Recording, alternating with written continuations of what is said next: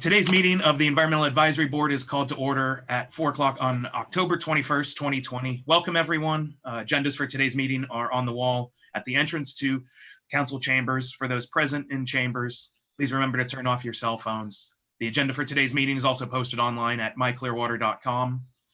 Due to COVID-19 and related social distancing requirements, this meeting is being held remotely.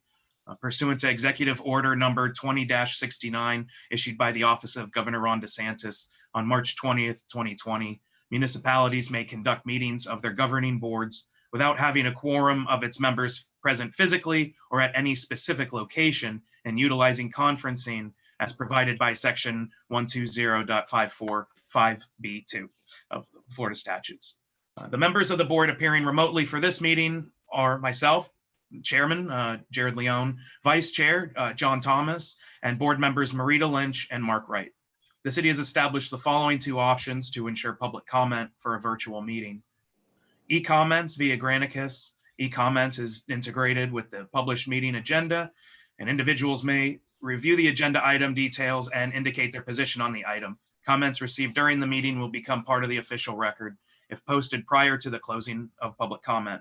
The city clerk will read received comments into the record. And in council chambers, like any other EAB meeting, the public may provide public comment during the meeting in person at the main library in council chambers at 100 North Osceola Avenue. To ensure a complete record of the board's actions, we ask that each individual wishing to speak clearly state your name and spell it for the clerk. And I will ask the board members to introduce themselves. I will begin by introducing myself. I'm Jared Leone, the board chair. Vice Chair Thomas, please introduce yourself. John Thomas. Board member 1200 Gulf Boulevard in Clearwater Beach, Vice Chair. Thank you, John. Board member Lynch. Hi, Marita Lynch. I live at 1618 Tuscola, which is in the Crest Lake area, and I'm a brand new member. Yeah, thank you for joining us. And board member Wright. Hi, this is Mark Wright. Welcome, Marita, by the way. Nice to see you, and pleasure to work with you all. All right, great. Thank you. Now, our item number 2, approval of minutes. Our first order of business is to review and approve the minutes from our last meeting back in January 15th, 2020. May I have a motion of approval? Motion to approve, Mark. Okay, and a second? Second. Okay, thank you, John. Is there any discussion? The only discussion I would offer is receiving the minutes 8 months after the meeting. A little tough to recollect exactly what went on.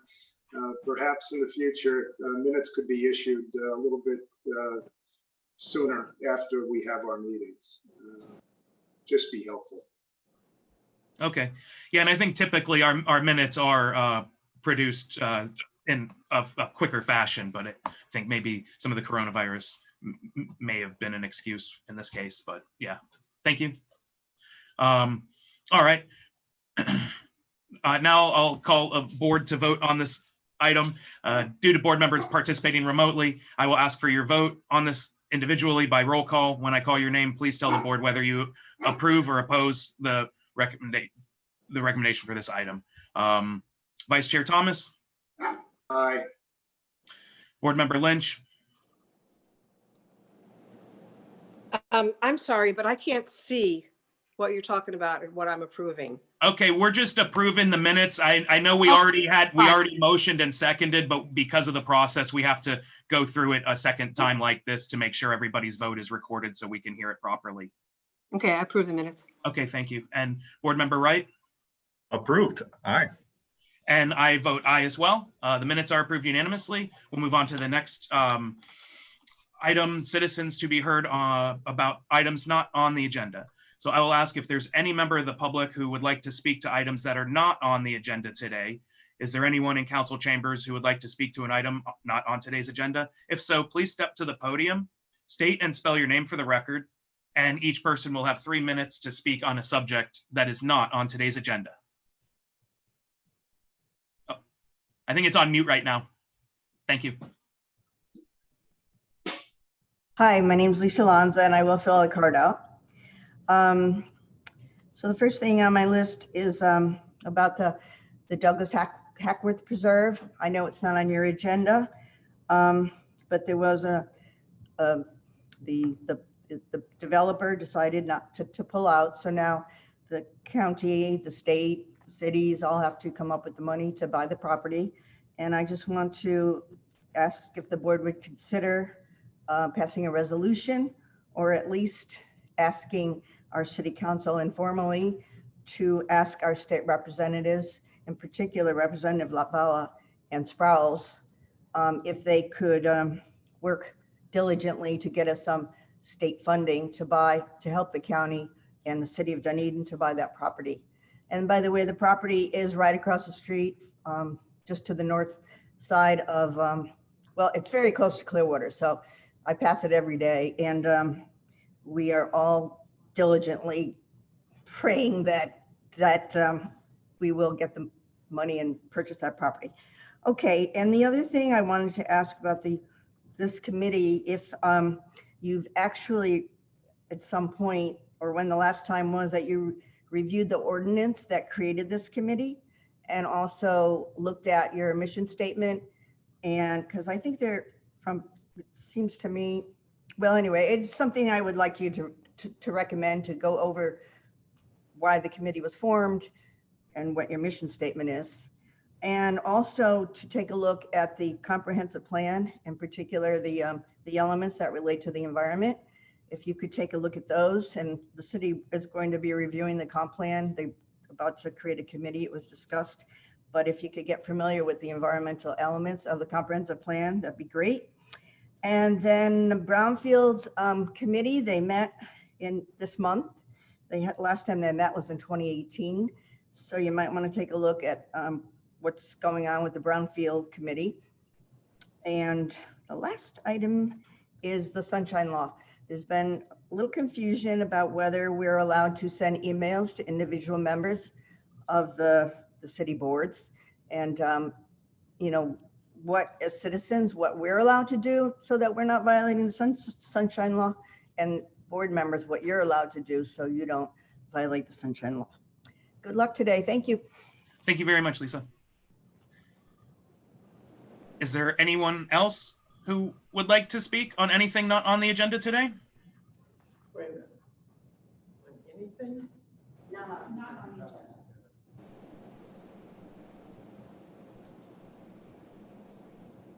Okay, seeing no one else coming forward, we'll move on to the next item. Item 4, new business. This is the presentation about the landings referendum. And I think Denise Sanderson from the city's economic development and housing director, the city's economic development and housing director will make a short presentation about the specifics of the referendum and the proposed development. Sure. Hi, good afternoon. Denise Sanderson, Director of Economic Development and Housing, as you said. So I'm sure, as you all know, city staff made recommendation to council in June of this year, requesting a term sheet be approved for the proposed Herod project, or landings project, excuse me, by the developer Herod Properties out is what is currently known as the Landings Executive Golf Course, or the Landings Golf Course. The project, prior to being presented to council in May for the guidance, the project went through 14 months of feasibility analysis and review before staff made the recommendation. The net result of the proposed project is that approximately 57.11 acres is proposed to be developed for a multi-tenant light flex industrial park. There would be 3 phases of construction in total, developing 710,000 square feet. Currently, the concept site plan does propose 9 buildings on the site to total that square footage. The anticipated uses of this project or light industrial park would include research and technology, high-tech manufacturing, wholesale distribution, and office. And I'll mention here, because I think there's some confusion out in the community about what light industrial manufacturing is, or what manufacturing is, and what the difference is between light industrial and heavy industrial. So just briefly, light industrial is defined by uslegal.com is that it uses moderate amounts of partially processed materials to produce items of relatively high value per unit weight and that are easy to transport. Facilities have less environmental impact than those associated with heavy industry. And zoning laws currently permit, and this is not exclusive to the city of Clearwater, zoning laws permit light industry near residential areas. In large part because noxious fumes and high levels of noise are not allowed in a light industrial park. There are several sustainability features that the developer is proposing be implemented in this project. They include reclaimed water, which is not currently available at the site or not currently utilized at the site, excuse me. Reclaimed water for irrigation. Drip irrigation will be utilized in all non-turf areas to promote water savings. Groundwater wells will be capped and many plantings will be native to Florida. The developer does have a goal to use as many native plantings as possible out at the site. Externally, there will be bicycle racks, electrical vehicles, charging stations, additional conduit to accommodate additional EV stations as demand increases, a bus stop if that's amenable to PSTA, and a recycling program will be in effect. Internal to the buildings will be R30 roof insulation, low E impact resistant glass in the upper levels will allow for natural light in those warehouse areas. And LED lighting with light harvesting devices and motion detectors where appropriate will be utilized. The balance of this 77-acre site is to be allocated to approximately 8.3 acres of public park land. It is a buffer area north of St. Andrews Cove 2 and a proposed aqua range, which the current operator of the Landings Golf Course is expected to operate in the 12-acre area. That's the area just north of the Marymount neighborhood and south of this proposed project off of Airport Drive. There would be no access to the industrial park off of Airport Drive. There will be ingress and egress at 3 locations off of Keene Road. Total job creation that is proposed is approximately 1,700 jobs. The economic impact analysis that we performed in our office utilizing impact data sources, modeling software, which is a recognized third-party model using RIMS2 data, is expected to create additional jobs for the city of Clearwater, as well as for countywide. So those spin-off jobs are estimated to be, bear with me a moment, forgive me. I've done this discussion so many times and then I get lost in there. Additional 1,580 jobs are anticipated in indirect and induced job creation. Those are the spin-off jobs I mentioned. So what those jobs are within the supply chain of those tenant businesses. They are the disposable income expended by employees out in restaurants, et cetera. That's where we get indirect and induced job creation. And countywide, additionally, 1,200 jobs are anticipated to be created over time through that spin-off effect, if you will. We did have a certified arborist on staff take a look at the site out there and identified that most of the trees that are out there right now are water-consuming non-native species and need to be removed from the site. Certainly, the healthy trees out there will be replaced inch for inch in accordance with our current policies. There has been significant evaluation, phase 1 and phase 2 environmental studies were done at the site. There is a debris field on the northern and northeastern sections of the site. That debris field has been characterized as being, it's actually an old dump from the 1940s or 50s. We have aerials of it, but it's generally comprised of wood, rubber, metal, ceramic, and glass.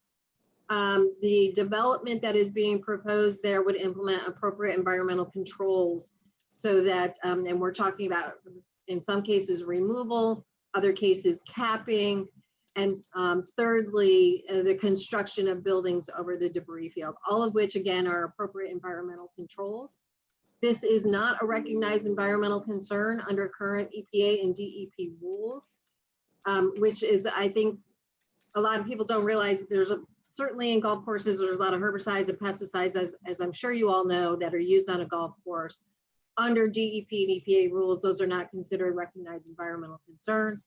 That does not mean, of course, that we want those to be widely utilized in our community when we can stop that kind of practice. So I am happy to get as deep into the weeds on the analysis that we conducted or take questions. It's completely up to you, but I want to be mindful of the time that you have today. So if there's any questions. Thank you very much, Denise. Well, are there any questions or comments from members of the board? I have a number of questions and comments as well. I don't recollect what you indicated the jobs number was. I heard the spin-off jobs of 1580. Did you report on the? I think I did, but it was 1,700 direct jobs. Well, I guess I'm a little confused then between the site plan that's provided and the jobs numbers. Because the site plan only shows 1,000 parking spaces, more or less.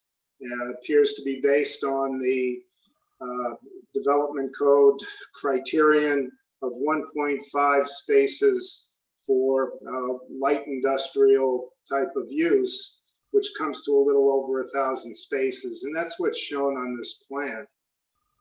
But if you go to the research and technology type of use, you need 2 parking spaces per 1,000 square feet. And that would reduce the overall amount of square footage, perhaps, depending on the uses.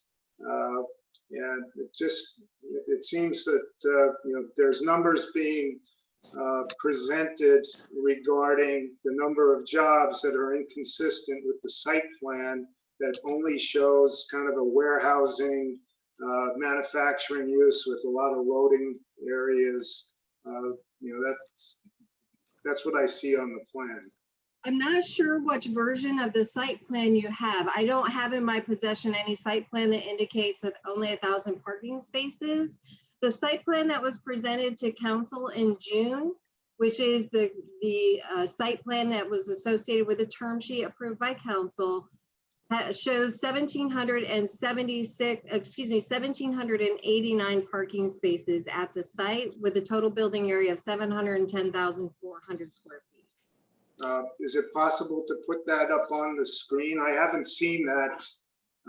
The only one I've seen is through the League of Women Voters summary on the project.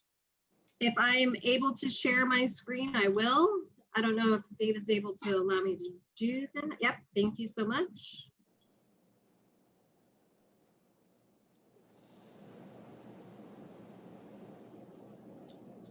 Sorry, let me push the right button here.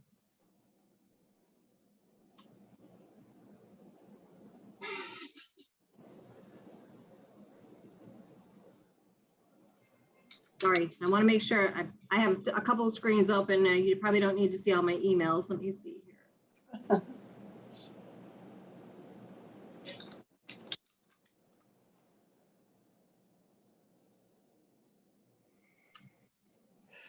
Or that one. Hold on. For some reason, it's not finding my screen. Bear with All me. I see is the plans, so it looked good to me. yeah, I you were don't know if seeing everybody's it. I'm something. sorry. seems to be The plan you just showed only has 1,000 spaces.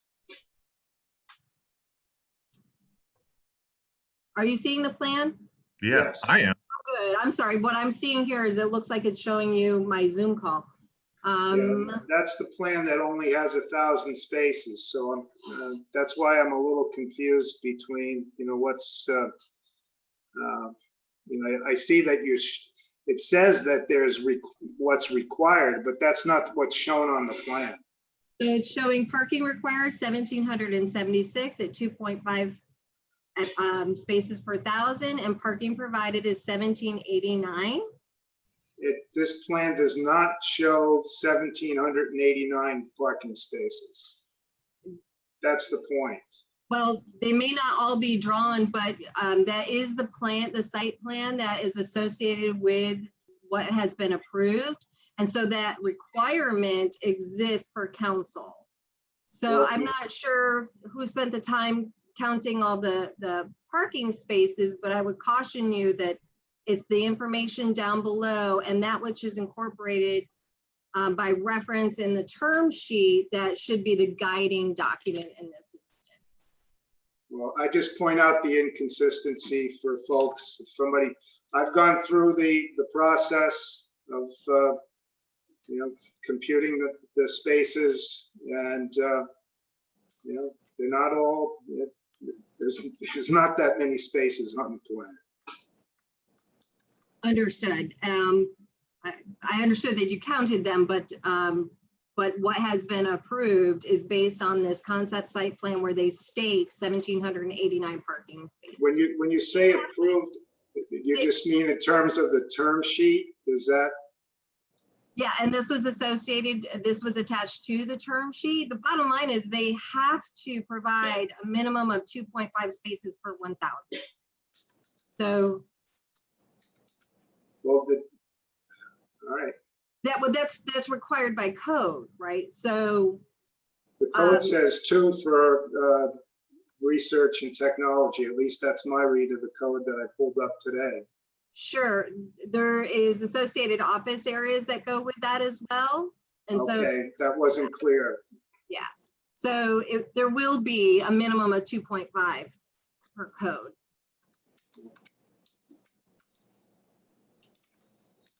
So if they construct 690,000 square feet, that parking requirement obviously goes down a little bit. But they, okay, yeah. To get into some of the environmental issues that really are the purview of this board.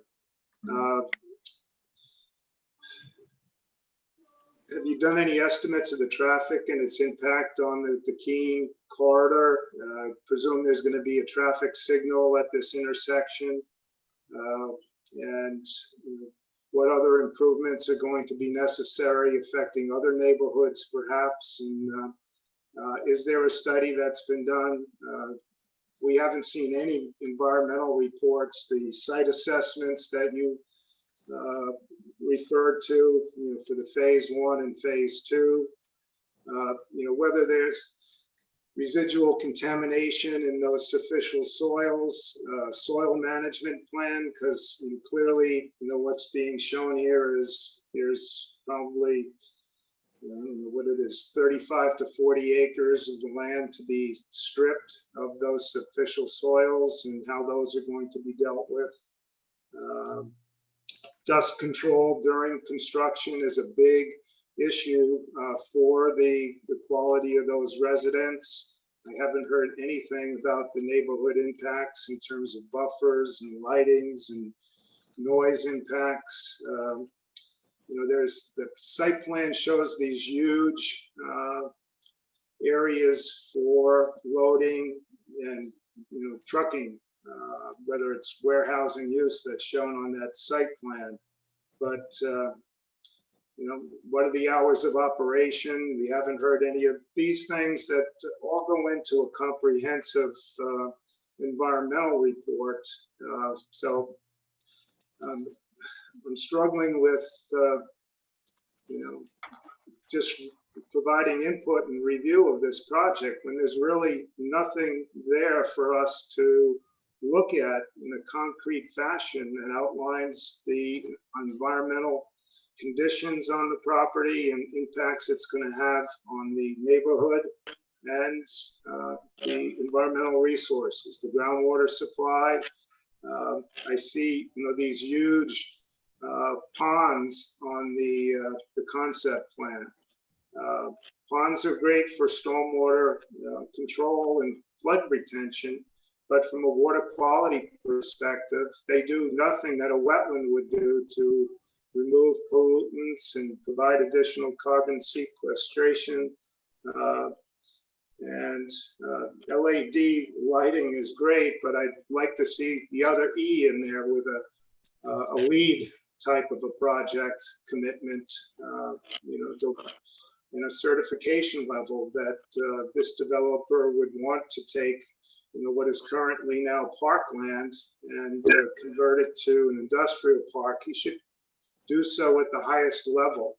that's reasonable and practical in today's world. And we haven't seen any commitments with regards to those different kinds of criteria. So those are just some of my initial thoughts, on what's not there for us really to review at this stage in the process. And please forgive me. So I'm not certain what the action item may be. I have not seen your agenda. I'm not certain if there is a requested action item for this. I was asked to present the project that as it is prepared for referendum, which of course is on November 3rd. I can share with, and so some of the questions are outside of my scope insofar as the EAB's role in this project this evening. But I will share with you in answer to your questions, a traffic study has not been performed. A traffic study is required prior to approvals, and there are still many, many steps for approval should this a referendum pass. Keene Road is classified as a level C road. So there is deemed to be capacity on that road. As I mentioned, there are 3 planned entrances and exits, all of which are on Keene. Currently, traffic operations has informed us that there is a joint project with the county for what is currently, and I'm looking at, it's on Palmetto. There's currently a stop there. The mast arms supports a full stop. This is unrelated to this project and was planned in the CIP, both county and city, at some point prior to this project ever coming forward. And so there is going to be a fully signalized light at Palmetto. There are no other plans for additional lights along Keene. In terms of traffic impacts to the neighboring communities, there is not currently a plan to put in speed control features. However, there has been discussion that they may well be required or needed, I should say. The traffic study will give us some indication of that, but we fully anticipate putting in speed tables along Airport Drive to minimize or eliminate the cut-through traffic that may develop through that neighborhood. We recognize that that is probably a valid concern for those residents. So I would anticipate that that's what is going to be necessary. You asked about hours of operation. This is a speculative project, and as a light industrial project, I would not anticipate third shift, although they would not be prohibited from having third shift operations there, is my understanding. I do suspect that there would likely be some second shift operations from some of the tenants out there. Forgive me, I was trying to jot down the questions as you were reading those, John. So if I've missed anything, let me know. You asked about the phase 1 and phase 2 environmental reviews. I'm very happy to provide those to you. They are, of course, public record. They were referenced in my staff report to City Council. They were not provided. I didn't want to overwhelm council. As you may know, our role as staff is to review all these documents and provide recommendation based on those. It does not necessarily mean that we transmit all documents to council unless requested. We provide typically summary of the conclusions in those documents as part of our recommendation, and that's what we did. But the phase 1 and phase 2 environmentals were conducted out at the site. Happy to provide all of those. And geotechnicals and geosyntech, the first ones, the phase 1 and phase 2, were conducted by Tierra Environmental. The geosyntech was hired by the city of Clearwater to verify the construction techniques that were being proposed in the northern section over the debris field to confirm that those were appropriate construction techniques. The stormwater ponds that you've mentioned, it's not in my wheelhouse, CO2 sequestration or carbon sequestration, but they are going to be sterile ponds. One of the analyses that we conducted was wildlife hazard. We had a wildlife hazard site visitation study done out at this site and looking at the potential impacts of current use versus proposed future use, wildlife as it relates to hazards for the neighboring air park. And several recommendations came from that analysis. One, current use is a much higher risk for air park operations in terms of bird or large animal strike for the flying aircraft that land and take off at the air park. A proposed new use does reduce some of those risks. The water features, though, that abut the airstrip there, it was recommended that those become sterile stormwater ponds. The use of the aqua range on the southern end, we inquired about whether or not that would end up being a wildlife attractant in that southern aqua range. And her analysis showed that that kind of active use on the southern end would not attract additional wildlife to that area, to that green area with that kind of activity in that southern retention pond. Do you have any other questions? Did I answer all those questions? I'm sure I did not answer all of those. I don't know if I can answer any of those other questions. I'm not qualified to do so, but. Well, thank you for the overview. Sure. I'm one of those who would love to delve into the details and look at the reports themselves. I can transmit those to, is it Sarah that's your liaison, staff Yes. liaison? I'll send them to Sarah if she doesn't already have them, and she can transmit those over. I have a couple of questions, but they're not so much questions as they are concerns. And really, this is the only venue that we have to air those. So they're getting posed to you. But in my observation of this and in talking with a lot of citizens, it seems like the concerns, well, first of all, I think if this project were anywhere but on green open space, it would be people would be much happier about it. I think it's economically a wonderful thing for Clearwater, but the fact that it is on open green space makes it completely different. And the concerns that I've heard and the concerns that I have are, first of all, about the process. Although we have heard that this process has been going on for 9 years, it first came before council just a few months ago to be put on the referendum for this November. So that's a really short time frame for citizens to be made aware, to understand, to follow all the studies that you say have been done. So that's a real big concern. Also regarding process, the fact that the EAB is only now hearing of it, and granted COVID happened, but if it's been going on for 9 years, you would think that maybe the EAB would have heard about it before it's already on the ballot. So that's a second concern about the process they have. And the other concern I have is about benefits to Clearwater. So first of all, losing green space. And Pinellas is built out. There will be no more green space after this is paved over. And that is very close to people's lives. And people care about that a lot. So I don't think that has been given enough credence. And I think that's why people are very upset about this. So the recreational needs, I've seen quoted that Clearwater's under the recreational needs that have been developed for the city. And the other concern is that whether or not this is in adherence with Clearwater's own green print and sustainability plans. So that's a really big concern of me and of many other people. And when you talk about economic development and jobs, who are these people? Who are these jobs for? I mean, who's going to be coming in and taking these jobs, and do we have the housing for them? So the process is a concern, the impact on concern, and where we EAB in the process is also a concern. Thanks. So let me talk to you about the process. So the process for this particular project, in fact, did not take 9 years. What is 9 years is the Economic Development and Strategic Plan identified this as a strategic and necessary site to consider for conversion for an industrial use. So that was called out specifically as a priority strategy in the 2011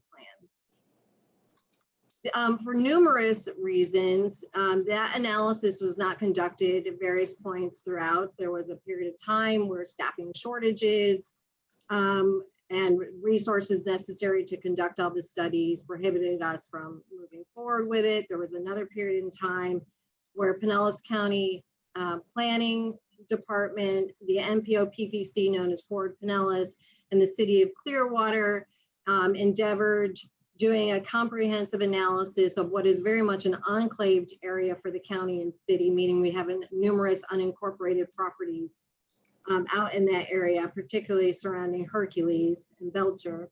There was an idea to have a joint planning effort to look at the entire area from Keene to Sunset to Belcher to Hercules, to look at that as a joint planning effort, and we would include this golf course property as a part of that planning effort.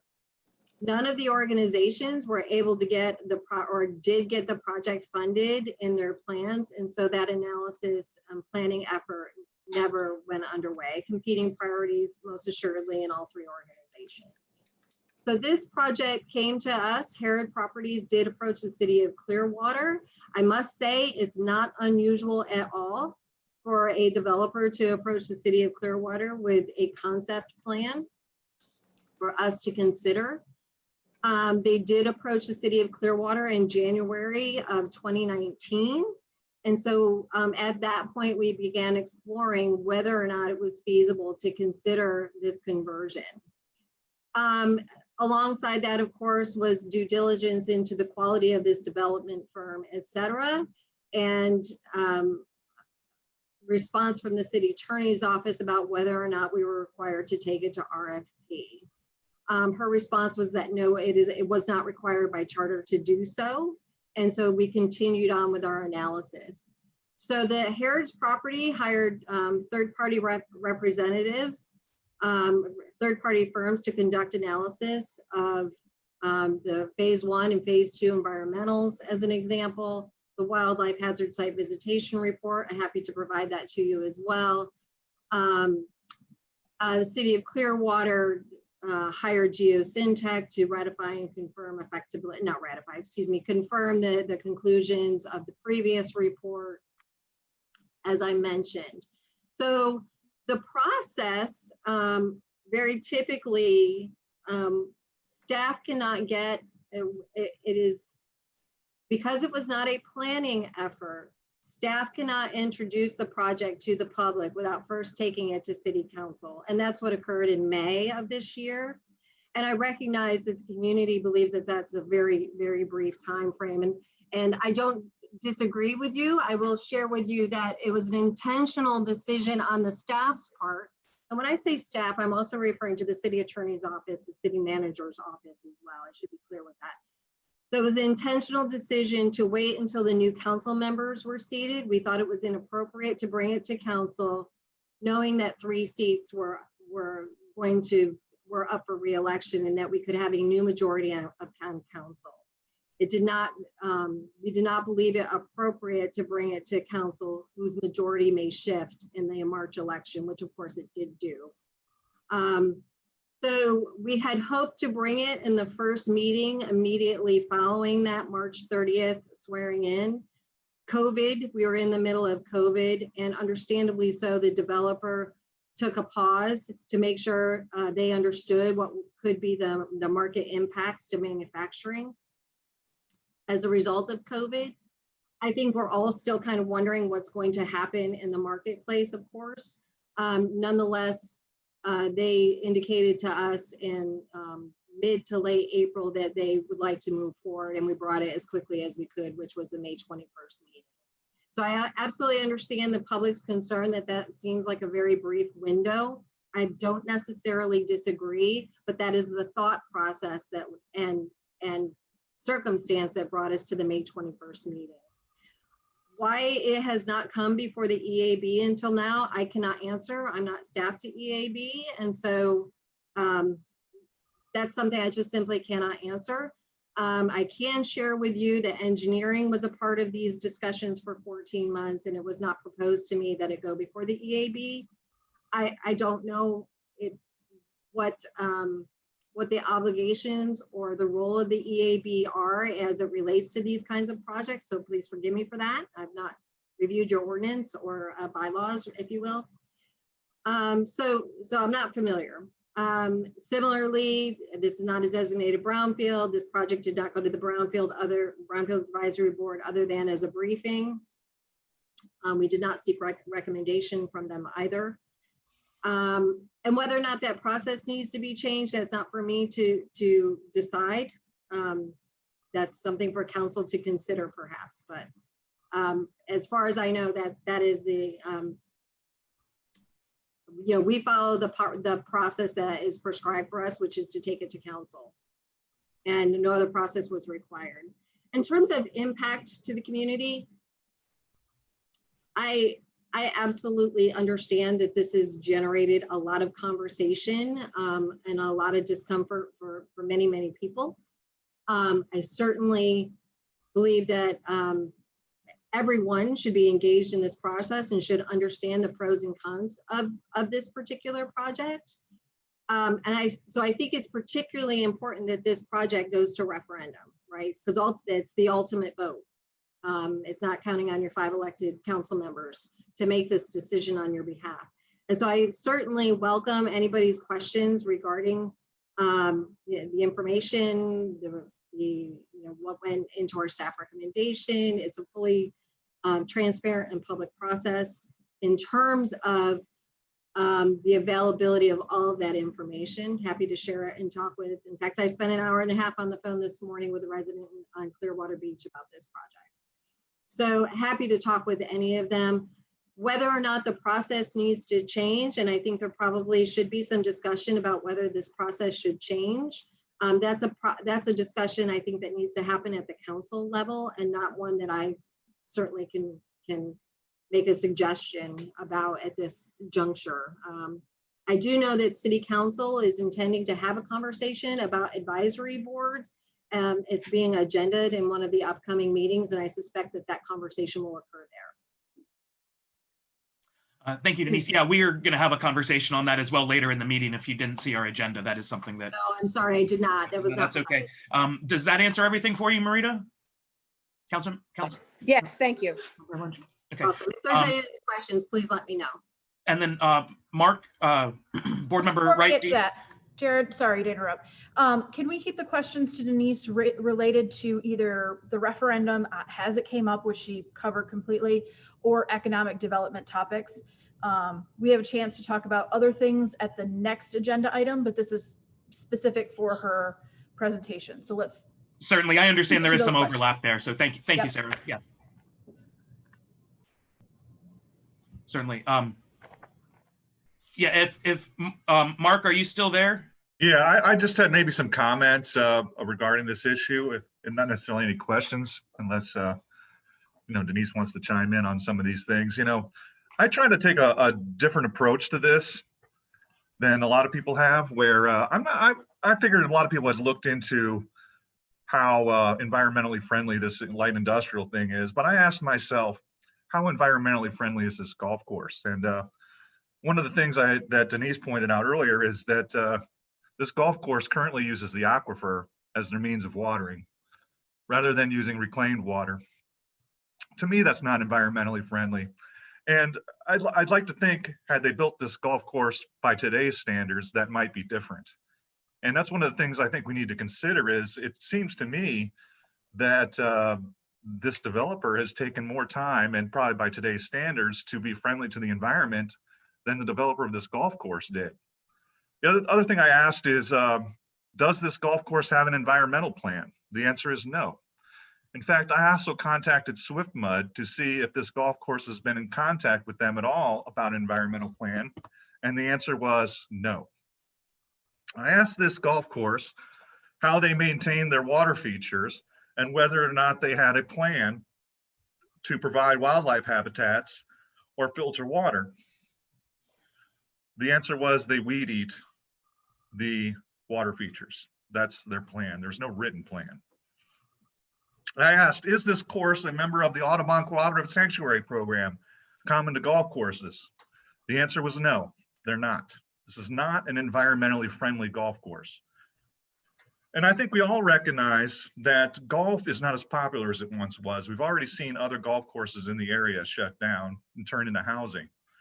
I myself prefer light industrial over another apartment complex. I don't know where the other board members stand on that, but to me, getting tax dollars from this light industrial thing, what I would like to see, if I could make a recommendation, I'd like to see a plan for this new tax revenue to be used on other environmental projects. I know that's one of the things that Mayor Hibbert had talked about when I read an article about it, is that, well, hey, we can use some money for other environmental projects. I'd like to see that actually written down in this referendum, which is obviously too late, but at least maybe in the planning phases, what we're going to do with this new tax revenue.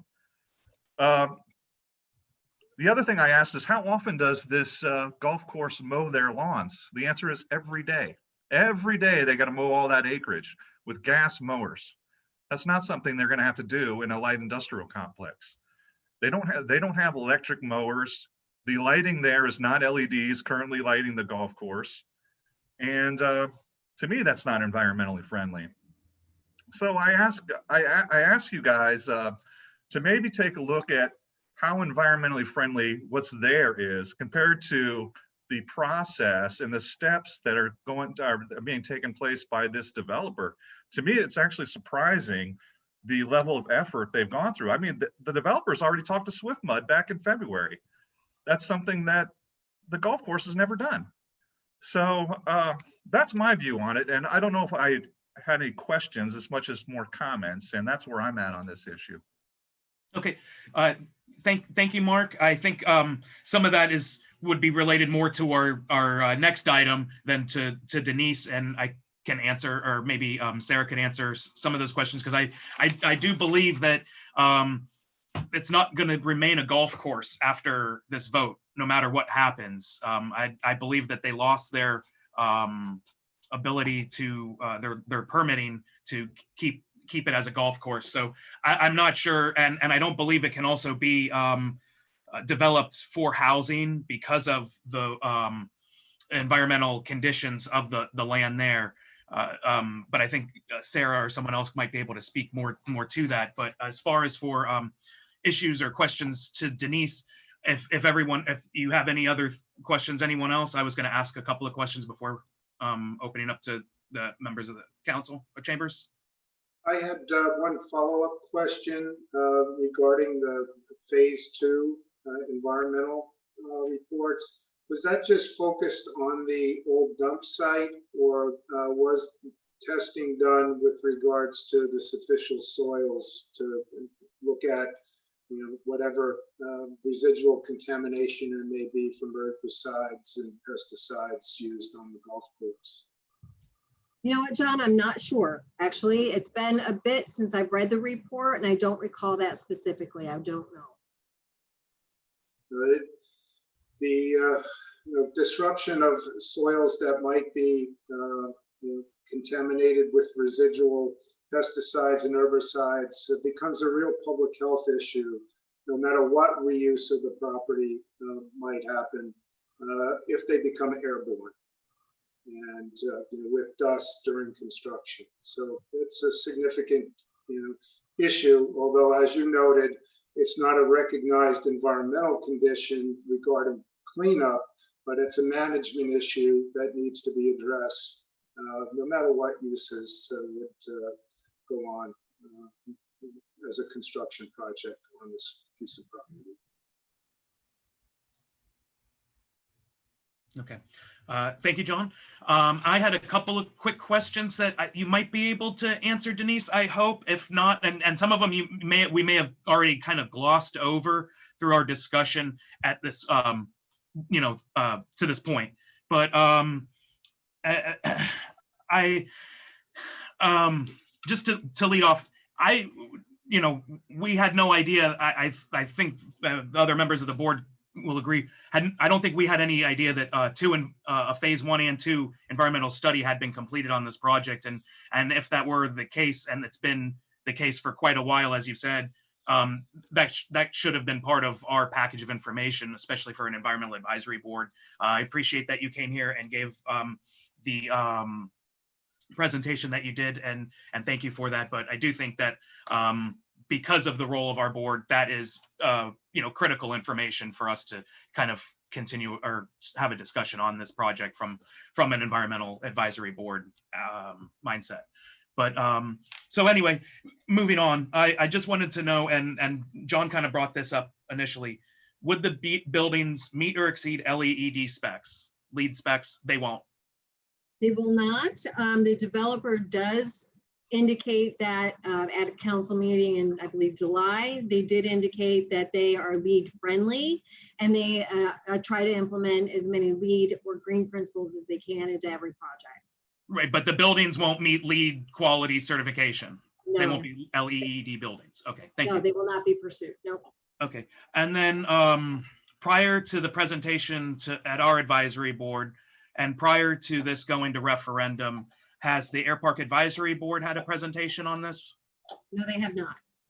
Okay, and has the Parks and Recreation Advisory Board had a presentation on this? No, it has not. Okay, thank you. And then also, and I don't know if you would know this or this would be someone else, you know, if this is an economic or I don't know, but I had seen the number of the acres of park space per person.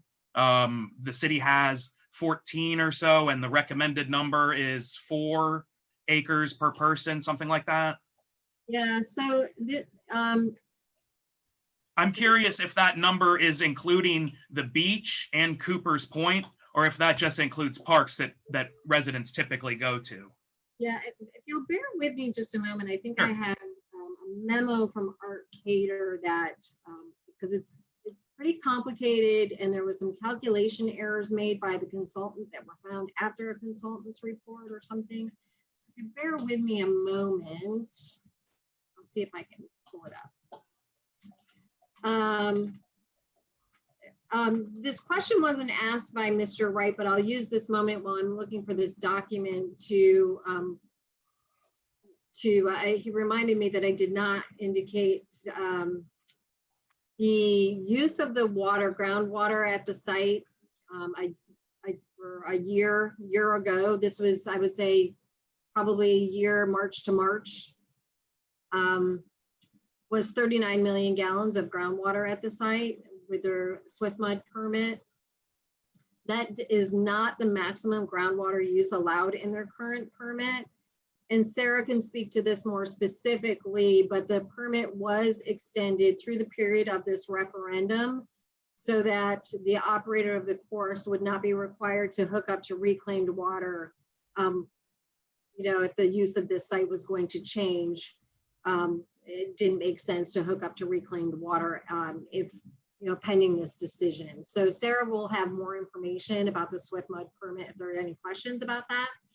It was also asked about, I've got this document here. It was also asked about multifamily, and you're correct. If multifamily development is not allowed in open space recreation, and so therefore it would, we cannot sell, lease, or convey open space recreation for a use that's not allowed in open space recreation without going to referendum. I should say we cannot sell the property either without going to referendum, but we could put city facilities on this space. We could, anything that's allowed in open space recreation, we could in fact then lease without going to referendum, but multifamily would require a referendum again. Multifamily could be constructed at the site, but it's important to note that the environmental requirements, as I'm sure you all know, are far different from multifamily in terms of level of standard there. And so the cost of making site ready for multifamily development would of course be different than what we're talking about for light industrial, given the environmental controls that they will be putting into place. So I'm looking at a memo that was, I know, transmitted to council upon the request of Council Member Beckman. So this, there was a 1983 study that was conducted, and I believe at that time it was established at 4 acres per 1,000 residents of the city of Clearwater was the minimum standard for the level of service for Parks and Recreation. The master plan established that we had, and this was in 2013, the master plan at that time established 1,708 acres At that time, we had an estimated population of 117,000. So that equates to 14.59 acres per 1,000 residents. The updated master plan, which does indeed include Cooper's Point and Clearwater Beach, is 1,851 acres. For those same 117,000 residents, that's 15.82 acres per 1,000. And then the Tyndale Oliver study that was conducted that did not include the golf courses showed we had 924 acres. That equates to 7.89 acres per 1,000. So there's been a lot of confusion over this, and that's because we've had 3 different looks at this, right? So the numbers are all over the place, but it is important to note that when we're talking about open space recreation, that does not mean that it's all open space. There are facilities on these acreages as well. So certainly, I don't wish to convey that that's all greenfield open space. Right, and some of this acreage, like Cooper's Point, isn't accessible for the public. So that's where I wanted to know what the actual number would be. And it sounds like we don't really know what it is, but it's not 14, it's not 4, it's not, I don't know if it's 7.89 either. We're not really sure. So, but it's somewhere in there, lower than. It's well above the 4, and we're certainly not suggesting that we wish to move toward 4. That's never been a part of the city's approach. We always look to acquire more green space, more open space when we can. So I don't wish to convey to anybody that, though the level of standard is established at 4, that's our goal. Certainly not. But yes, so the number that you're asking for, I can't figure it out. And it depends on how you ask the question, I think. What is zoned open space recreation? What is vacant? What is occupied by facility, et cetera? The number is a little bit all over the place. And so that's all I can share with you. And that's why I looked up this memo, because I think acreage like the beach and Cooper's Point kind of buoy the number, though, or weigh it, inflate it in a way that, I don't know that every resident is able to access the beach or go to the beach, and Cooper's Point is, again, like I said, closed for the public, so you can't access that at all. So I know we have some open space, and it's not for use, it's for just to have for recharging and just to have the aesthetics and other things like that. But if like I said, having those numbers out there, it's important to know what the real number is. So just as you say, Jared, if I may, just as you say, there's places like the Philip Jones Field and these golf courses as well. They may be public, but they are fee-based. And so, you can certainly understand that, they're not always accessible fully to the public either. So I think there has to be a lot of conversation about this, because everybody has a different definition of what open space or recreation is. And quite honestly, it's about as clear as mud to somebody like me who's not in Parks and Recreation and not a part of that environment, if you will. Sure. Thank you. I think these other questions are more in your wheelhouse, I hope. You had mentioned there's been talk of, I guess, $10 million over 10 years, or the tax benefits for this project. And I'm curious if that's, if those numbers are based on when the project's complete after 7 years, or is that from when the moment ground breaks on the project, if it were approved?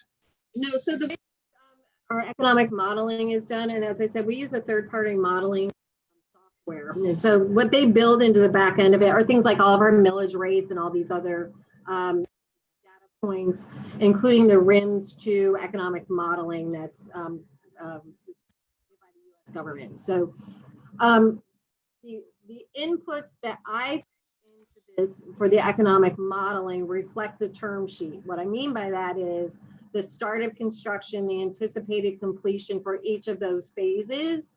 And then we assume job creation comes with that. So when we look at the capital investment that the developer has indicated they anticipate to put into certainly facilities, as well as the furniture, fixtures, equipment that is anticipated.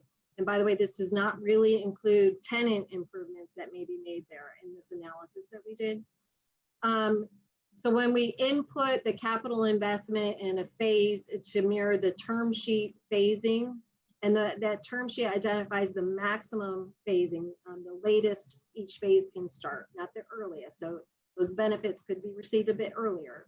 And then we also then marry up the job creation based on square footage constructed in each phase. That's how we get to the economic forecast, if you will, the analysis that you all have seen in terms of outputs. Job Right. creation, So, and that says it's over a course of 10 years, but the project itself is going to take 7 years to realize completion. So is that 10 years overlapping with that 7 years, or does that start after a certain point within that? So would we be looking at 10 to 15 years down the road, or 15 to 20 years down the road, realizing that economic benefit? So it starts at groundbreaking, that's time 0, and then 10 years. So phase 3 must start no earlier than 7 or no later than 7 years. And so we assume a 1-year construction period for that phase. And so that's how all of those inputs were put into the model. And that's how it's based. Thank you. Yeah. And the model will only project 10 years. Okay. Right. I just wasn't sure if it's based on after it starts at 7 but it's included all that. So thank you. Okay. And then I'm curious, how many empty square feet of industrial space or zoned industrial space is there currently in the city? So that's a very difficult number to come by generally. And so of course we rely on our real estate professionals out there in the marketplace. At the time that we brought this project forward, we had 7,200 square feet listed in the city of Clearwater for sale or lease that is zoned industrial. Since that time, Hercules Ceiling Products, which is out on Belcher, has posted their property for sale, and that's about 75,000 square feet. That company is relocating operations to Louisville, Kentucky. It is not vacant at this site at this time, but it will be vacant and is available for sale. Okay. And that's it. Okay. And then I'm curious, and you might not know this, but maybe because you've been working with them on this, how many empty square feet of industrial space does Herod Properties currently own or control? They have a number of industrial complexes throughout our county and other places. So. Sure. When last I checked with them, they had about 3,000 square feet available for rent. I should mention, though, that they do in fact have lease signs on every single one of their facilities. And when asked about that by a member of the public out at the Landings Golf Course when they held the community meetings, Harrods assured them that that's a marketing tactic that is often used and one that they use continuously to generate phone calls. So because that gives them an indication of demand. Okay. Thank you. And then you'd mentioned that an RFP wasn't needed and wasn't posted for the landings. So without that being done, though, it's hard to say, how do we know this is the best development for this space if an RFP isn't put out? Sure. It's a great question. So as I said, we had no less than 10 departments involved in this, including the city manager's office and city attorney's office. And I'm talking the very first meeting. So multiple departments involved in this, certainly. I do not operate in a vacuum. And as I said, the city attorney determined that an RFP was not required. The due diligence that we did on the developer, what makes this developer so interesting for the city of Clearwater is that not only are they a developer, but they're an owner operator. They build and hold for the long term.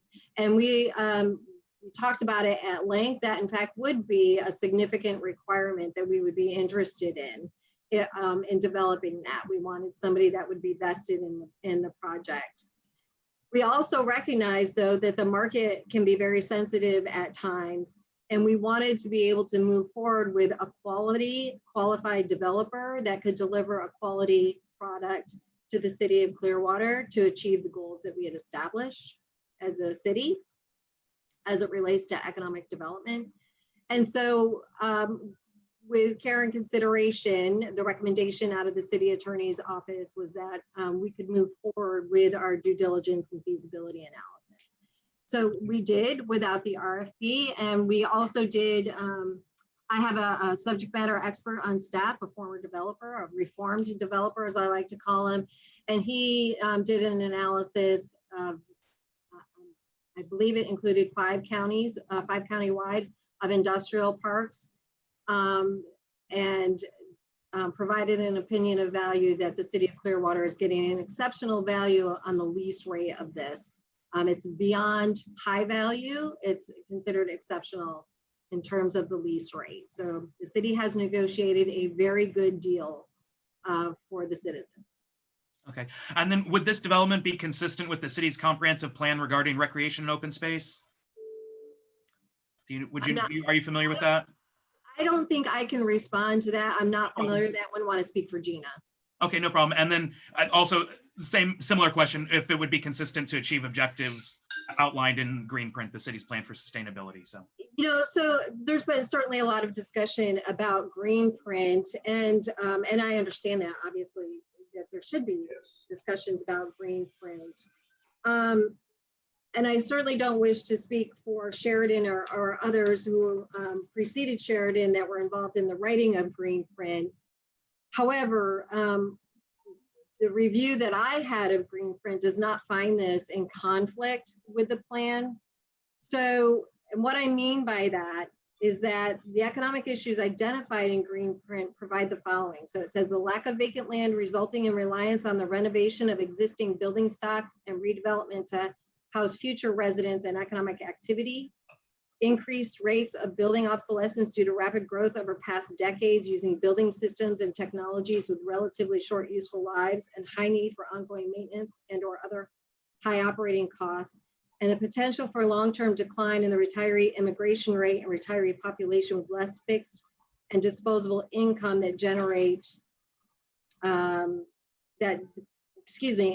than generations past, the need to attract young or otherwise new workers to the city to live and work, and competing with other United States and international cities to attract new jobs, including green jobs, and sustainability as a balance between the environment, economy, and community. So those are all statements within the green print that I believe specifically indicate that this project is not in fact in conflict with green print. What we do hope we achieve with this project is that manufacturers in other areas of Clearwater, likely Hercules industrial area, right, will locate to this Class A space and will have an opportunity to redevelop these other sites or make facility improvements that brings them up to today's standards, including sustainability standards.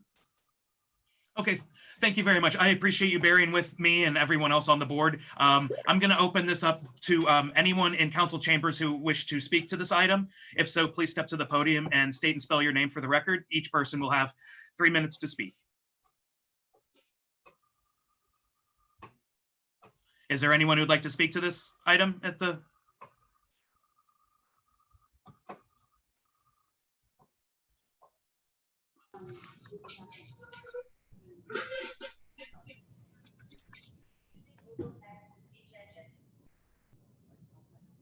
Sorry.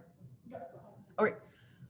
Hi, I'm Glenna Wentworth, and I'm a resident of Clearwater. I attend most of EAB meetings as the Sierra Club, Suncoast Sierra Club liaison. So I'm glad to see you all again. I'm glad to be back. I just want to read an op-ed that is on the referendum on the November ballot for the Landings Golf Course. It has been signed off on by 3 organizations, including the Suncoast Sierra Club, the North Pinellas League of Women's Voters, and the Clearwater Neighborhood Coalition. A referendum on the November ballot will ask voters in Clearwater to decide whether the Landings Golf Course should be redeveloped into a light industrial manufacturing complex and leased to a developer to build roughly 710,000 square feet of industrial facilities on approximately 58 acres of the property, along with 8 acres of parkland and a 12-acre driving range adjacent to several residential neighborhoods. There were limited opportunities for public input before the City Council voted to move this project forward to referendum. There has been insufficient study of traffic, noise, and the environmental impact of industrial redevelopment here. Further, the projected jobs and corresponding salaries provided as rationale for this project are speculative and arguable. The nearby neighborhoods, understandably concerned at the prospect of losing the tranquil green space that made their neighborhood so unique created the grassroots effort named Keep Keene Green to fight for their neighborhood and against this referendum. Living next to an industrial development was not something they expected when they purchased their homes, and studies show that both losing adjacent green space and having new adjacent industrial development poses a provable threat to residential property values, not to mention quality of life, often for several blocks out. The neighborhoods reached out to Clearwater Neighborhoods Coalition, North Pinellas League of Women Voters, and the Suncoast Sierra Club. The Clearwater Neighborhoods Coalition sponsored a webinar and invited the developer to an open meeting to present the project and respond to questions by community.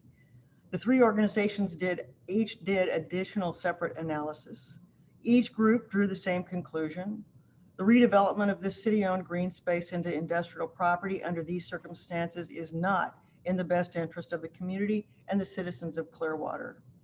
There were no alternatives offered or explored.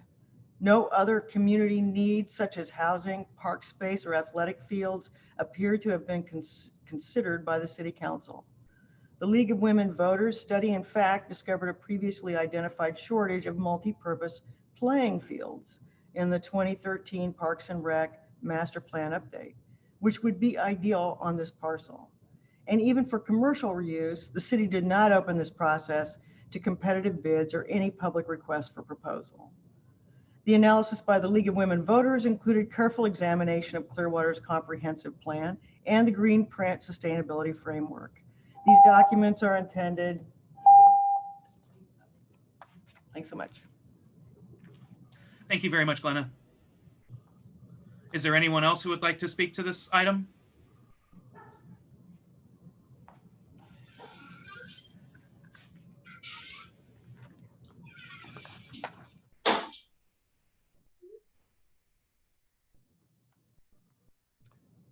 Thank you, Mr. Chairman, members of the board. I'm Bill Johnson, President of the League of Women Voters of North Pinellas County. We responded to member concerns with this proposed conversion of open space to IRT use. We followed the League's formal study and consensus process. It included reviewing public documentation, watching meeting videos, making public record requests, and obtaining information from proponents and opponents. The conclusion was that there is considerable evidence to warrant opposing passage of the upcoming referendum. We believe the planning process was flawed and that the residents, taxpayers, and other stakeholders deserve and require a rigorous and comprehensive approach to achieve the optimal long-term land use of the municipally owned property. We found from public requests that alternative uses were not considered because the economic development plan called for conversion at this location. A careful review of the printed economic development plan document calls for investigation of the long-term feasibility of converting to industrial use. The council authorized such a study in November of 2011, and that was to be completed in 2012. But public record requests indicate that there was no documented results of this investigation, if it was ever an initiative. I have that, and it says there are no records responsive to your questions. And that even includes some statements that are attributed to Ms. Sanderson. I find no record of council action. Because of this intentional or unintentional assumption of planned use, the normal governance review against future land use maps and comprehensive plans was not presented to the council, nor did the council look at the existing need for multi-purpose sports facilities as documented in 2000 Parks and Rec Master Plan. A similar shortcut process, along with other well-funded advertising campaign, could virtually convert other open space recreation facilities to revenue-producing facilities. No matter the results of the referendum, any council designation of open space recreation should follow the normal process, which looks at multiple generations of needs for the city. Thank you.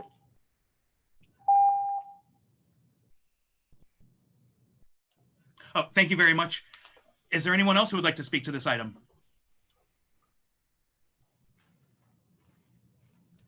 Hi, I just wanted, Lisa Lanza, I just wanted to say that Granicus is showing, sorry, this site page is currently unavailable, so anyone who's trying to watch it on Granicus's city website will not be able to. I also checked Facebook and I didn't find it showing there, and it's also not showing on YouTube.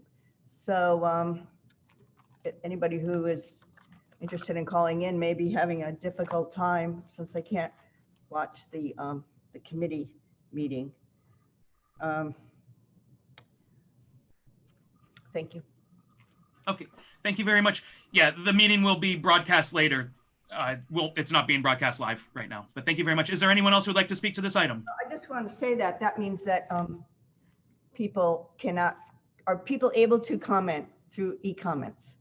That is, Yes, we already outlined that at the beginning of the meeting, how discussion and comments will work. okay. Yes, but- I have a comment. Okay, you do have a comment? Okay, thank you. Thank you. Anyone else who would like to speak to this item? My name is Chris Michaelek. I do not live near the landings. I actually live on the beach on Clearwater Point. Excuse me, I need you to spell your last name, please. Michalek. I'm sorry, would you start again? Michalek.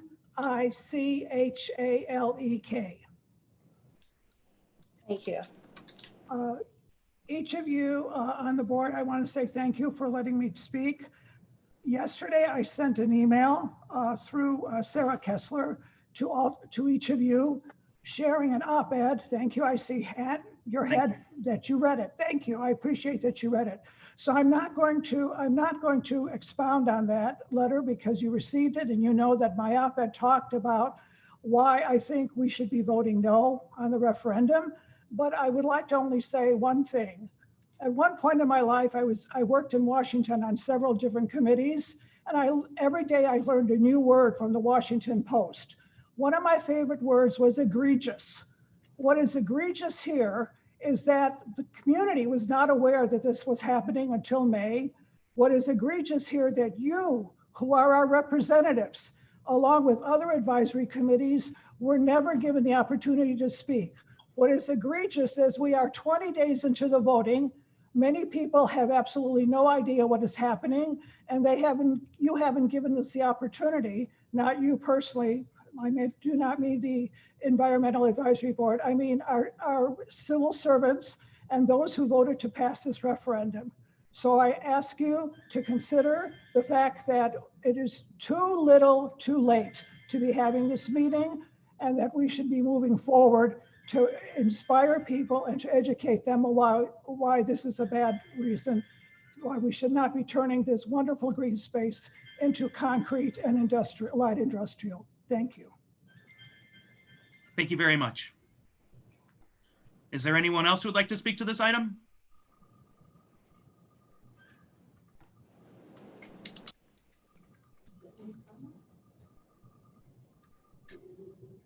Okay. Okay.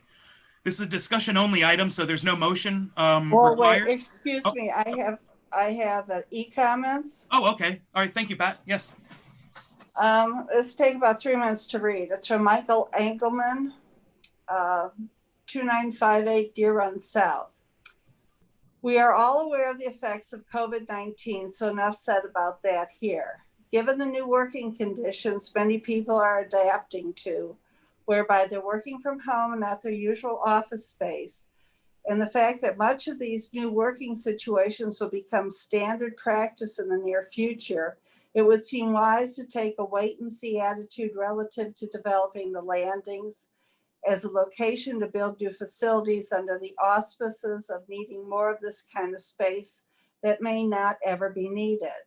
There will be a plethora of existing developed properties that will become available as the need for their current occupants to work out of a dedicated office complex will no longer be necessary. Although I'm not exactly sure what the definition of light industrial is, it may be more applicable to some type of manufacturing, t-shirt printing, retail, etc., or service providing endeavor, lawn service, pest control, pool service, etc.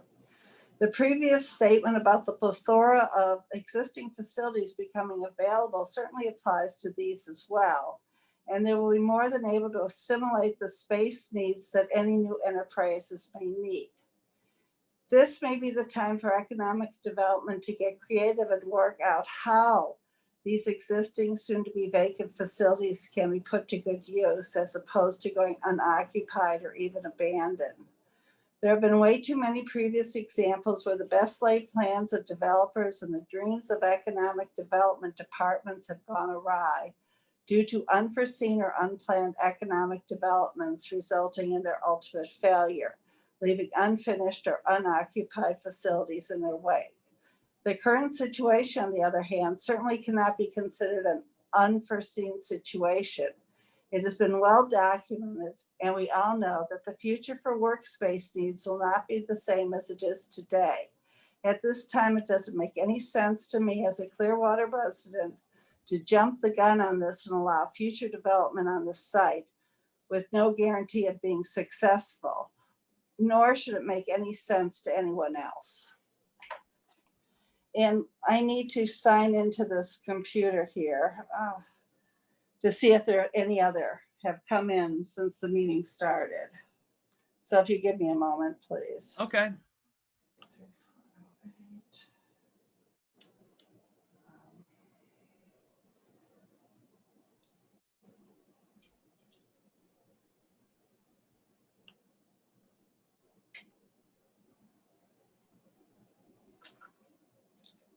No, no more comments. Okay, thank you very much.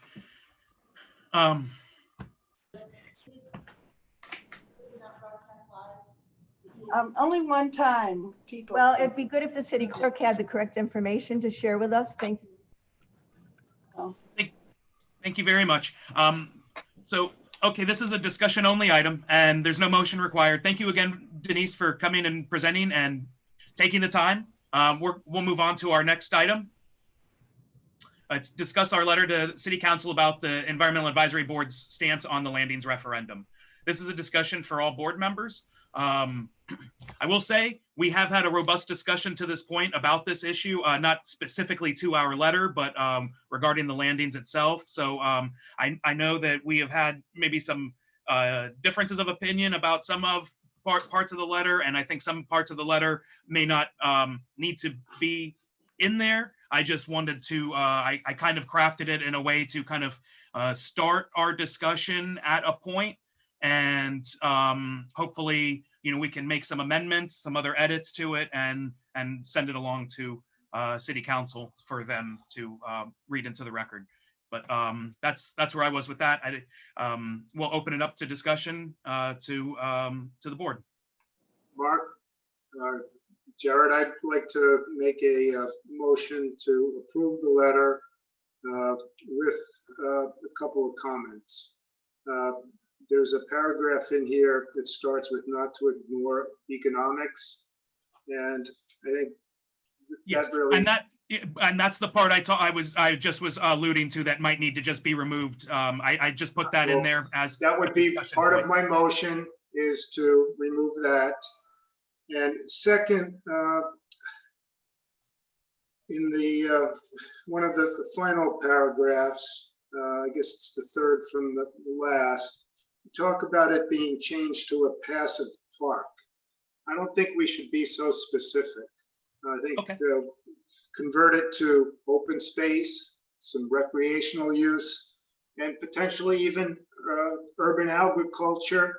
I know one of the things that came through to our committee within the last couple of months was an initiative that Sheridan is leading with regards to community gardens. And that might be a viable use for a portion of the property as well. So maybe we could So, change the wording to a like appropriate open space use or something like that, open rather than something. space, recreational, or Yeah. other, community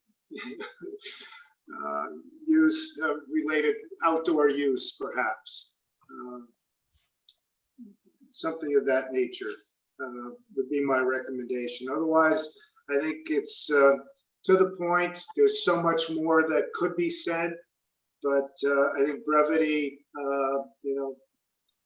is appropriate in this matter. Thank you. Do we have a second or more discussion on the motion? I just wanted to ask everybody else a question. In your second paragraph, your second sentence, I'm sorry, excuse me. Before you have discussion, could I have a second? We need a second and then we have discussion. well, the motion was to approve with amendments. Right. So if I'm going to make a comment about making more changes before we approve it, how do we do that? Well, You second, and you second it, make and then additional then you can comments. make additional changes. Or you- Just you make a motion, you second it, and then you have a discussion. It's just. I'm not going to second it. Okay. Mark, are you going to second it? No, I hadn't planned on seconding the motion. Okay, so the motion dies. Well, more discussion, I guess. Okay. So I guess we can continue the discussion on the letter, but without The motion. outside of the motion. Okay. Okay, so my question to all of you is, with your second sentence, you make a comment that the EAB got a chance to weigh in on it with just a few weeks before the plan goes to the voters. That's a very straightforward sentence. Do we want to include any wording that says something effective? Unfortunately, the EAB only got a chance to weigh in on it after it was already on the referendum, after it was already out to the voters.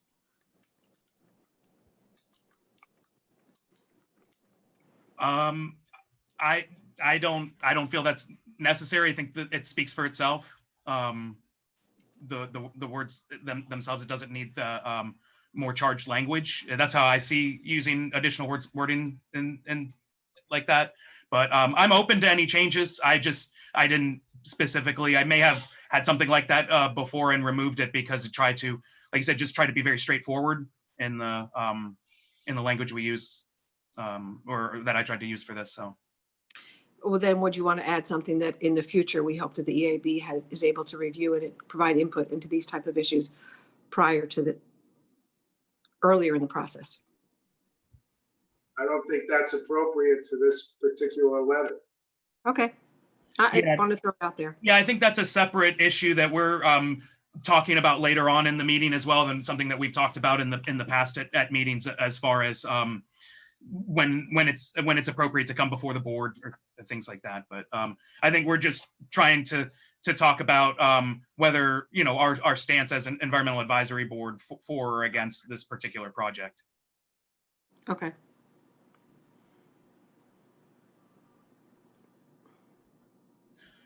Is there any other discussion on the letter as it is, or any other changes that we'd like to make or see?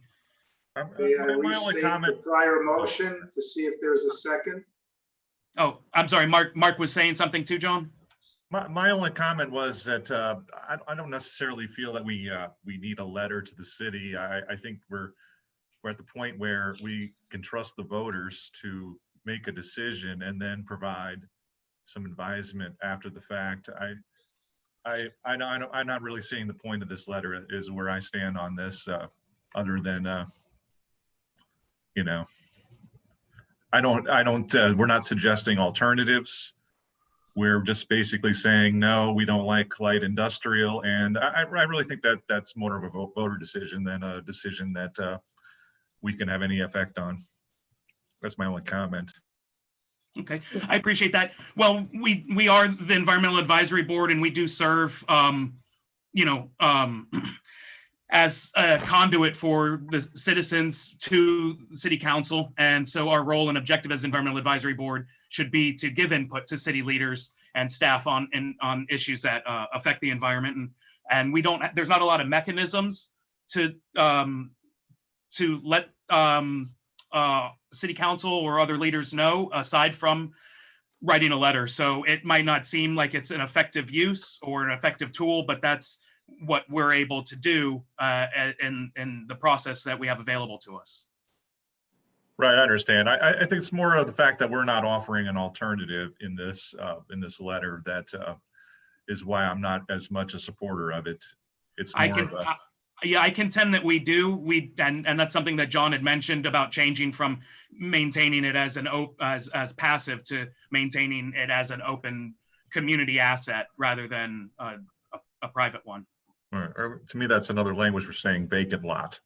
You know, if you said the alternative was a disc golf course, for example, pardon me for interjecting my my passion, but if that was a suggested alternative, or baseball fields, or that was a suggested alternative, but the language here to me is not. Yeah, I think that oversteps what our role is, though, to define exactly what we would want to see out there versus generally saying how we would prefer, as again from a mindset of Environmental Advisory Board, that we want to see it just the general use as open recreation space rather than, and so it could include, like you said, a disc golf course or some other, you know, asset to be determined later.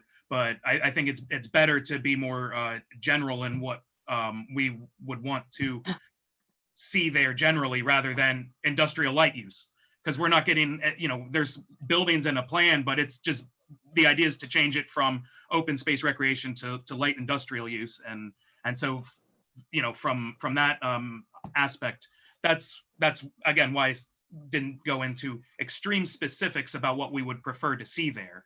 But knowing that it's not going to remain a golf course regardless of the referendum, we should at least weigh in and say what we would want to see out there.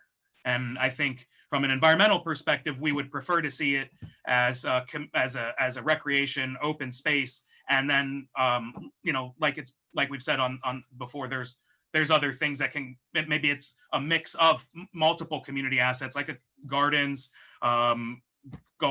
disc golf course, or whatever else it may be, you know, further determine the needs are other fields or whatever. But again, that's more Parks and Rec Advisory Board or other you know, other, I think that's outside of what our purview is, and making it more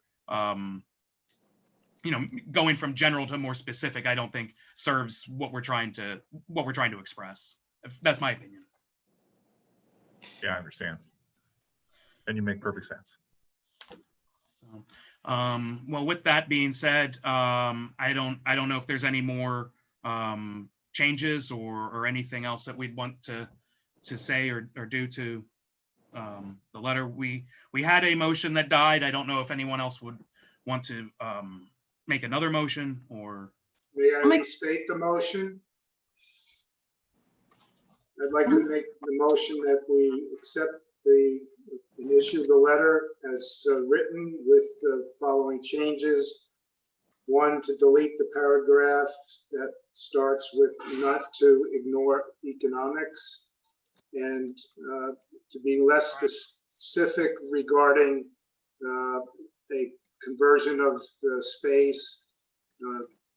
Delete the words passive park and insert open space, recreational, or other community outdoor use. I'll second that.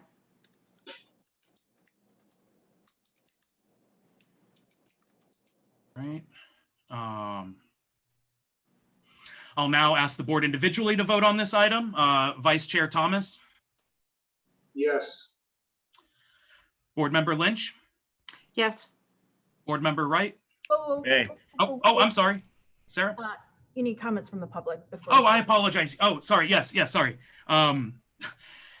Yes, can we take questions or comments from anyone in the council to speak to this item? I apologize.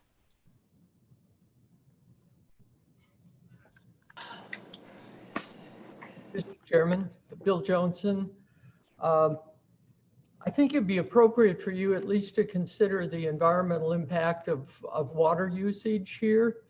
The question is, why wasn't reclaimed water provided to this facility, no matter whether it's a sports facility or a golf course? We're trying to get rid of reclaimed water. Right now, we're just dumping it into Tampa Bay. I think it might be something that you could consider offering, especially with the wording of your motion or your letter to continue open space. Thank you. Thank you very much.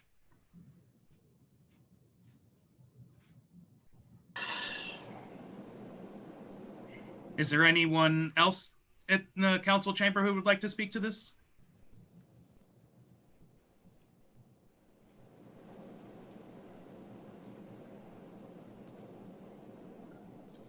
Are there any comments, Pat?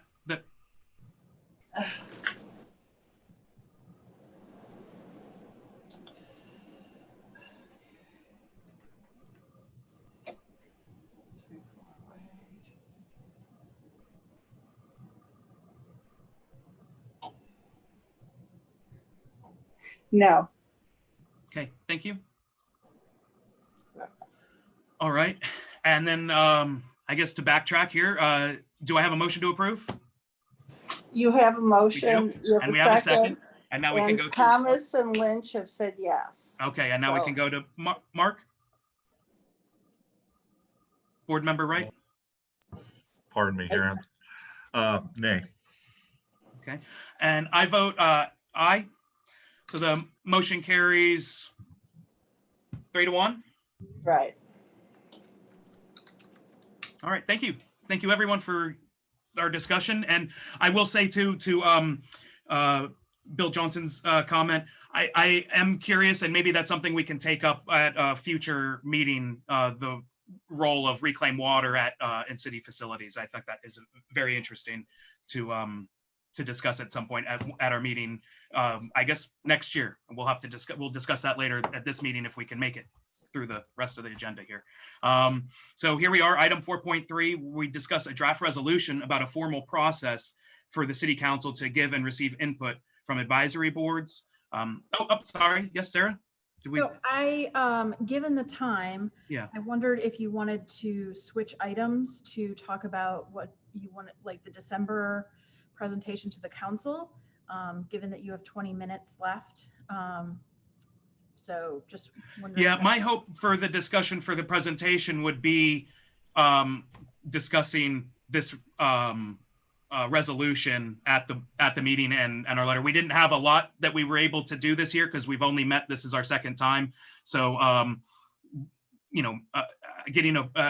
having a discussion or getting some type of movement on this resolution, at least, I think is important and bears into the next phase of the agenda in terms of what we want to talk about in December to City Council.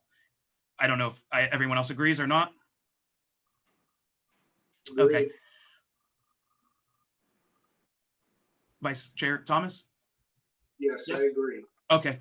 All right. So are there any, I think you guys all saw the resolution. I think we briefly touched on this as well during the presentation from Denise, as far as the role of advisory boards in the process of specifically with the landings. I think during our course of serving on this board, we've seen other projects that, this hasn't come up specifically because of one project or another, but because of things that we've seen throughout the time we've been on the board and wanting to be able to adequately provide input that we get from volunteers and the members who serve on the board and those who come and visit us quarterly for our meetings. So with that, I'll open up the discussion to everyone here. I just have a quick question about that. In the last sentence, where you say that the includes advisory board input as part of the approval process before it goes to council. My question is that specific enough? Will that, if they approve this, just saying that part of the approval process before it goes to council doesn't really put it in any particular time frame?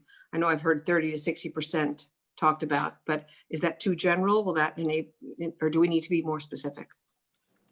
Okay, I'll briefly talk on this, and Sarah might have to add a little bit more too. We previously had talked about having projects just come before our board, and that being the 60% plan phase on those projects. And I felt that that was, since it was something we'd previously discussed, that it was okay to put that in. At the same time, this resolution is really a framework for hopefully a discussion that it sounds like City Council is also planning to have. And so hopefully that timeframe is more clarified between their discussion. We can try to clarify it, but I think ultimately it'll be up to what City Council would decide. But like I said, we said 60% plan phase for generally speaking. Personally, I think that we should put the specifics in there. Then they can take it out or adjust it, but I think we should be specific and let them modify it if they want to. Okay. And do you have a suggestion on what the time frame should be? I think less than time frame than the 30 to 60% benchmark. Okay. So you would say at what percentage then, like 30%, not 60%? I would Or- agree with the 30%. I think the earlier in the project, there are key decisions that are made early in the design process. At 60%, a lot of the design is done and major decisions have been made in terms of layout, how a piece of land is going to be used, or environmental issues are going to be addressed. But I think the project proponent and the designers would benefit more from our input or earlier in the process than later, and with less pain for everyone. Just my 2 cents on that, or probably more cents, 5 cents. We'll give you 5 cents. Okay. So the like 30% plans, and John, I know you're very accustomed to reading plan sets, like you know plan sets, and so you would probably have no problem reading a 30% plan set. But for an average person looking at plan sets, like they need a lot more detail in it than probably what 30% is. I think 60% is probably a better time for most people to look at them. At 60%, we can still make changes to the project. It's not set in stone. I personally think 60% is a more appropriate number, but I will, if you guys want 30, that's fine. Thank you, Sarah. Mark?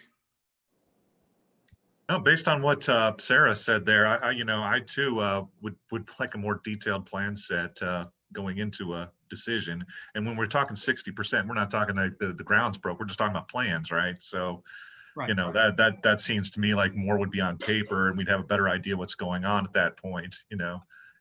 And I like that as well. I personally like John's comments about the 30%. And I think the fact that these plans might be difficult to read is not a good enough reason to not to read them at that point in time. Okay.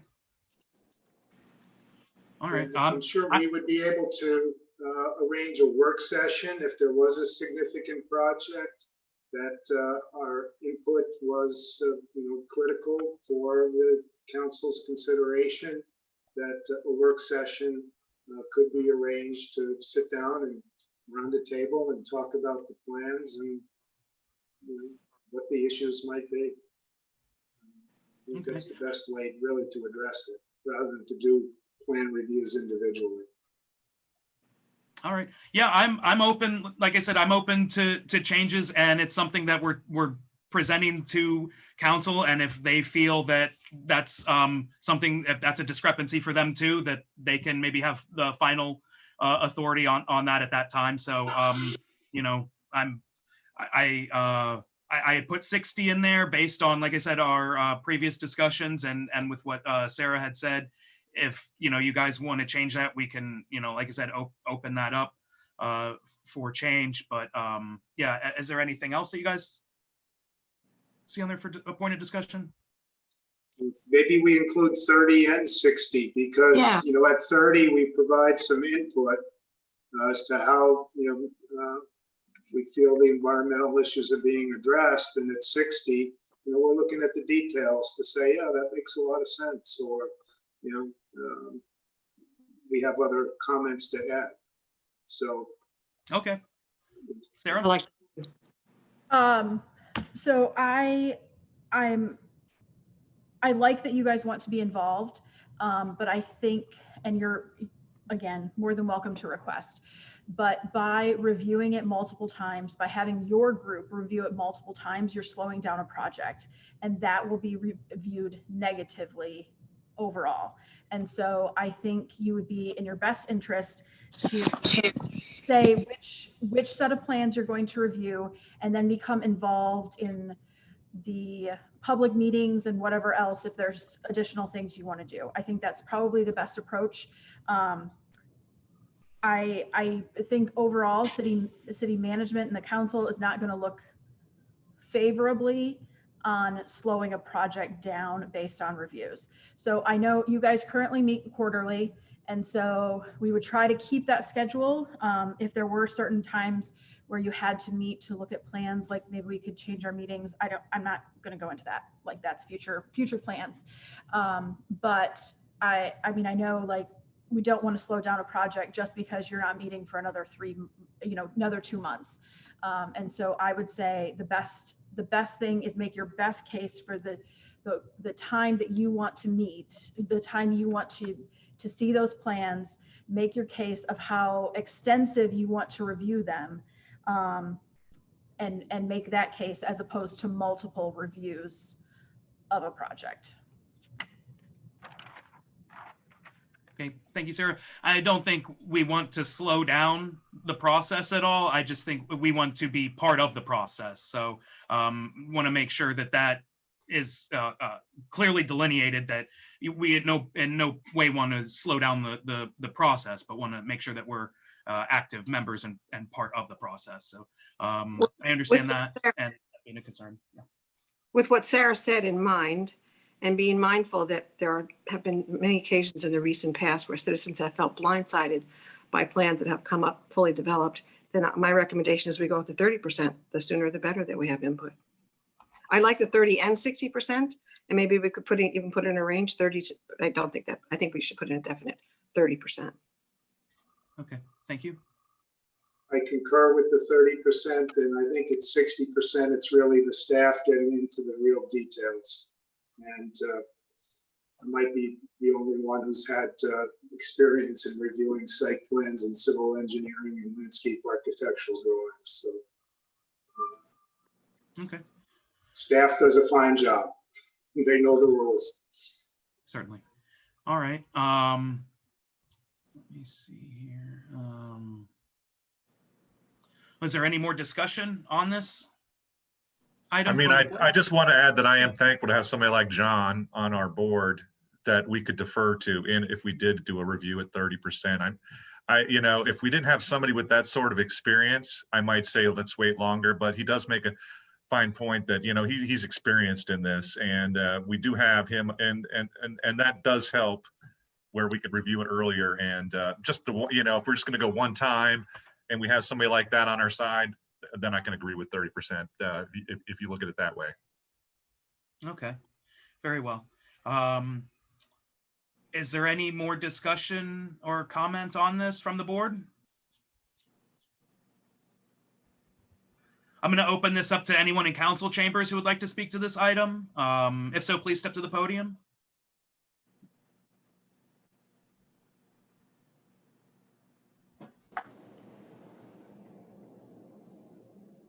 My name is Brian Beckman. I live in Clearwater. I want to thank you for drafting and proposing this resolution. As a volunteer and leader with the Suncoast Sierra Group, it's exciting and inspiring to see this topic being proposed. Our environment is such an important part of our daily lives. The air we breathe, the water that surrounds us, the plants and wildlife that we enjoy when we step outside. Our environment is at the center of what attracts many of us to live in Clearwater. The Environmental Advisory Board is the only Clearwater board that exists with the clear intent to look after our environment. The advisory board members are residents. This is important. It provides the opportunity for residents to engage with city staff on important environmental topics that impact residents. When projects that have a sizable impact on our environment proceed without any opportunity to review, to ask questions, or to offer input before decisions are made, it diminishes the value of this advisory board, and therefore greatly limits the ability of residents to provide input on projects from an environmental perspective. So proposing a resolution that helps ensure this advisory board is part of the process makes a lot of sense. I would also suggest the EAB consider adding language to the resolution to establish a regular process of review of goals and progress for Greenprint. Maybe this is assumed already, but since the city now has a sustainability coordinator, it seems this would be an effective way for the EAB to stay in sync, ask questions, and provide input on a regular basis and ensure a solid partnership between the board and the sustainability coordinator. Your consideration is greatly appreciated. Thank you. Thank you very much, Brian.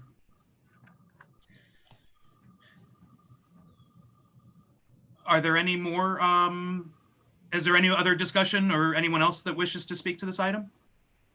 Well, I'd just like to say I appreciate Brian's comments, and I think that's a great idea. Yes, certainly. If there's, I will say, I was about to say, that is something that I was going to discuss at the end of this meeting, wanting to have a state of sustainability discussion or time when Sheridan can come in and give us updates at a certain time. And anyway, but staying to this item, if there's no one else in the council chambers who wish to make a comment, we'll move on. Yes, there's no comment from Okay, thank you, Granicus. All right. May I have a motion to approve the resolution? So moved. Motion to approve at 30%. Is that what we're talking about? That is correct. Okay, I second that. All right. I will now ask the board individually to vote on this item. Vice Chair Thomas, Yes. Board Member Lynch, Yes. Board Member Wright, Yes. and I am an aye. So the motion carries unanimously. All right. And our next item is discuss the annual December EAB presentation to City Council. And this is a discussion for all board members. And I guess, you know, our meeting is very well dovetailed each item into the next item. And I think this is the same thing here. We've just passed our resolution to City Council. I think our presentation to City Council should be essentially a lobbying effort to make sure that they pass the referendum before the end of the year during that presentation. So that's what I would like to, you know, that's the goal that I would like to have for the presentation to City Council. I'm open to other discussions or other items that we can include. And, you know, this is all of our board. So I want to make sure that everybody has their, you know, anything that they would like to have discussed or however we'd like to go about it. So I'm opening it up for the board to discuss. I honestly wish we had more to present. To include, you know, some words about Greenprint and restarting that process to evaluate progress on past plan and Okay, set some new goals. sure.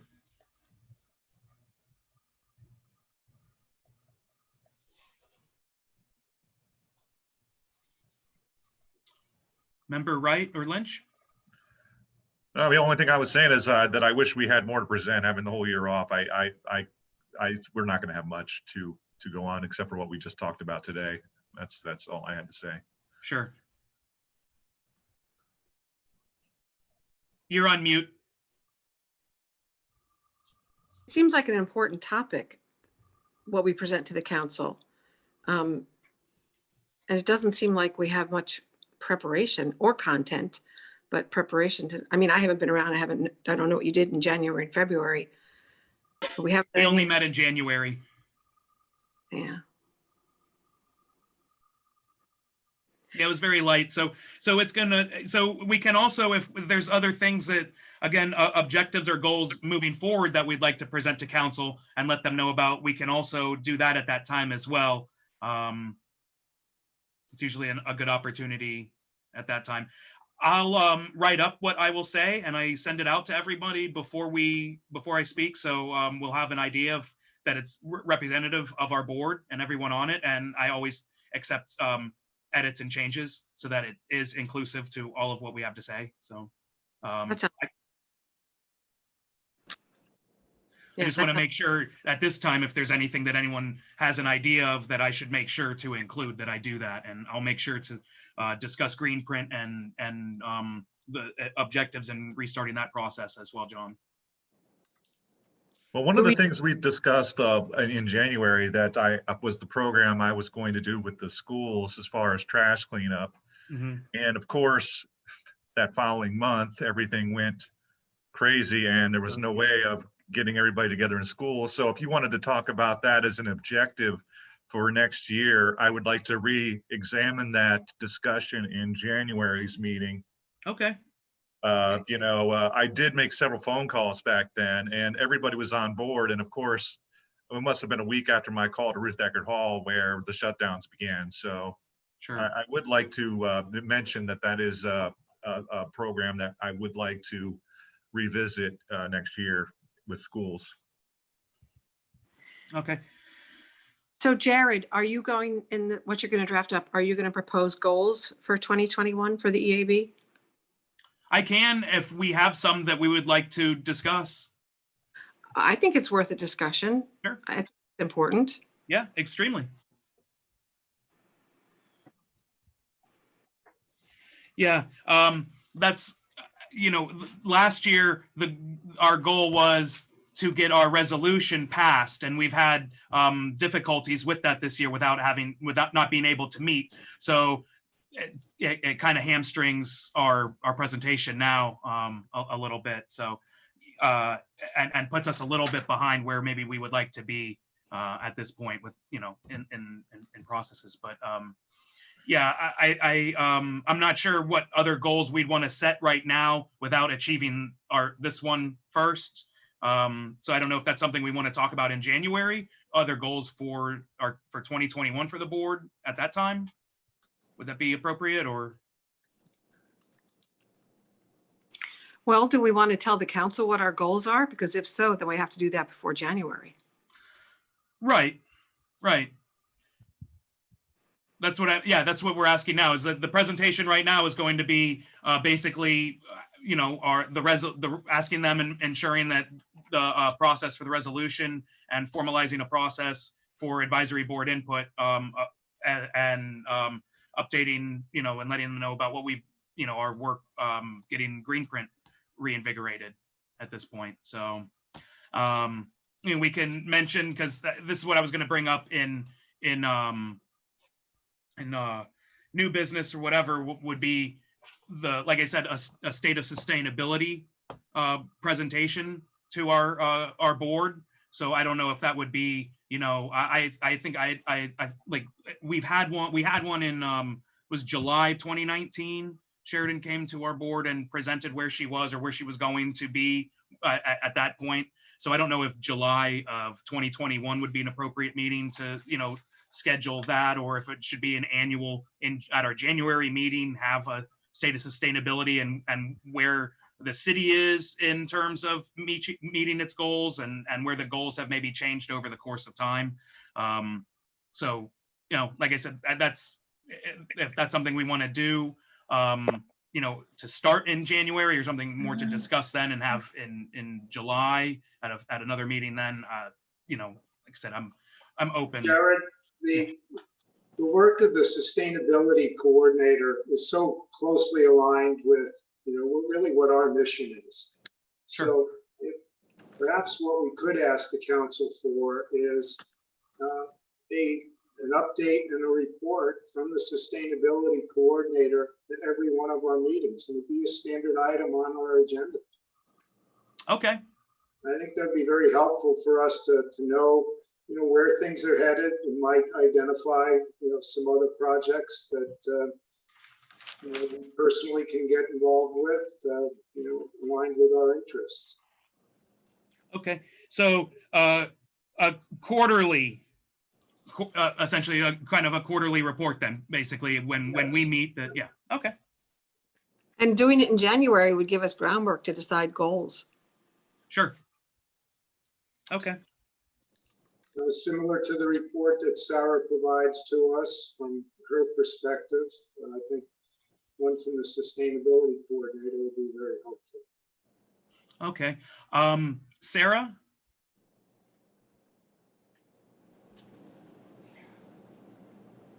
What's the process for that? That's something that we can add to talk to council. Is that something that we can just add as part of our quarterly meetings, or how do we manifest this? Your presentation to council is in December. All advisory boards are allowed to speak to council at one of the December meetings. So that's what you also have to decide, whether you want December 3rd or the 17th. Those are the 2 December council meetings. And then I'm not sure how long you have, like 7 minutes, 10 minutes, something like that. I don't know. Yeah, it's like 5 minutes. Yeah, you've done it before. It's like quick summary of what you've done, what you're looking forward to doing, introduction of the members who are present. So yeah, but December 3rd or the 17th. Okay. Do we have to choose that, or? Yes. Oh, we have to choose December. Oh, Yep. what do you, I'm open to either You one. don't have to choose now. I can send out an email and see which one you want. Okay. I want to get it on the schedule though, so Sure. if I can have a response maybe by the first part of next week, but I'll send an email out tomorrow and you can choose which one. Okay. And then also, as far as adding a sustainability report to our meetings quarterly, is that something that's possible? You meet quarterly, so Right. you would want a report every meeting. Right, John? I That's think what that John would be said. very helpful, since the work of the sustainability coordinator is, totally aligned with the things that are important to our committee. I can see if that is possible to have her submit a little bit for every meeting. Okay. I think I have enough here, and we're really closing on time if we're still even on time. So I don't know if there's any other discussion or not on this item. Presentation. Okay. Okay, great. Yeah, this, are there any comments from anyone in the council chambers on this item?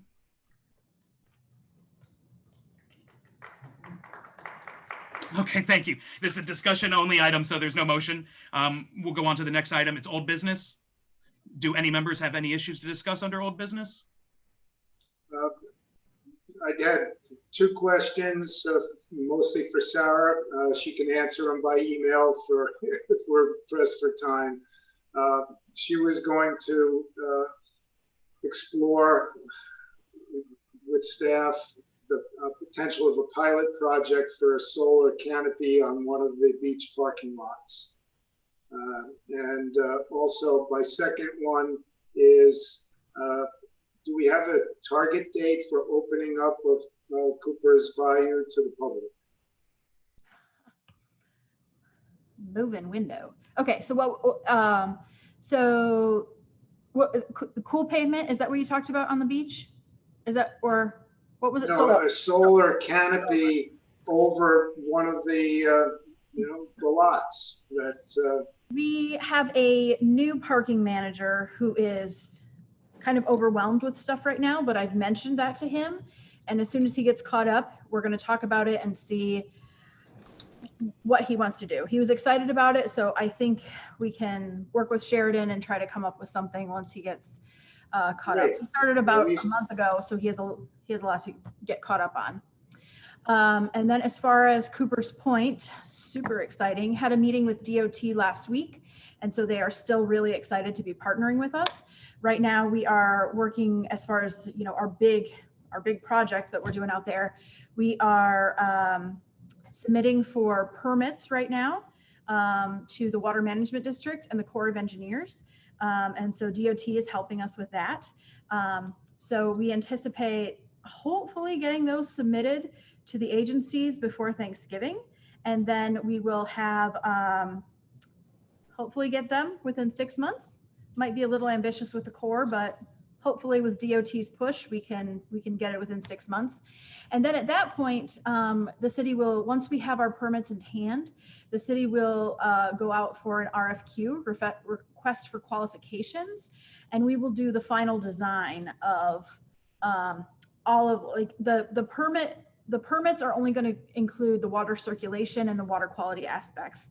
So the final design will include all of those recreation aspects that we talked about as well. So yeah, we'll have to modify the permit and we'll get that final design done.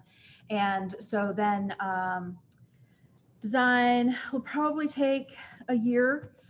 We've applied for cooperative funding from the Water Management District. So we've applied for 15 million from them. So hopefully we'll get that money, but we won't know for another year. So summary, it's a while before we get done, but it'll be a phased construction. So hopefully we'll have some of those kayak trails done. Will probably be the first things done. And then it'll probably be the boardwalks and the observation platforms and some of the fishing platforms and things like that will probably be towards the end of the project. But hopefully those kayak trails will be done within a year and a half or so is what I'm guessing right now. Hopefully.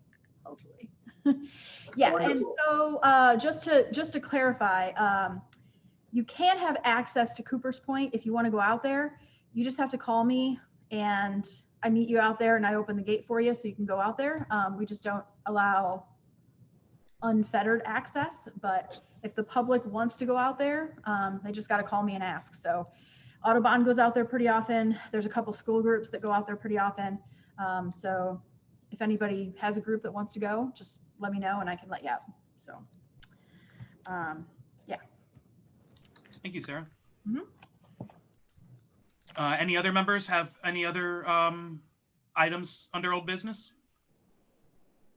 I just guess show this in would my be- notes that we were going to review some ongoing projects in April, and of course that kind of went to the wayside.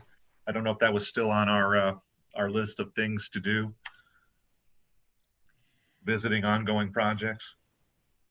I'm sorry, April was a long time ago. So Right. was that construction projects? Is that what that was? Well, I think at the time we were discussing Cooper's Point, and that's so far along at this point that I don't know if it's as important. So maybe we need to think about discussing that in January. What are the ongoing projects, Right. and whether or not there's an opportunity to actually visit some of these. Okay. Yes, I will look into that. Let me write that down. Yeah, I know our field trip to Cooper's Point in the past was very educational. Yeah. We can, I mean, if you want to, we can make that an annual thing and we can put it on the calendar. We'll just have a special meeting if you want to. Maybe we'll wait. Honestly, I would love that. I missed the last one Oh, being yeah, you missed the stuck at last work. Yeah. I got stuck. Yeah, because, are we on to the directors? Not yet. We're almost there. Okay. Board Member Lynch, do you have any old business? It would be new business, I guess, for you. So, okay. All right. So we'll move on then. Yes, director's report, Sarah? Okay, I have several bullet points, but I'm just going to go through them really quick. We forgot to elect officers back in January, and so in theory, we should have done it at the next meeting, but that means you'd elect 2 officers in a row. Skip them today. We're going to do it in January. Don't let me forget.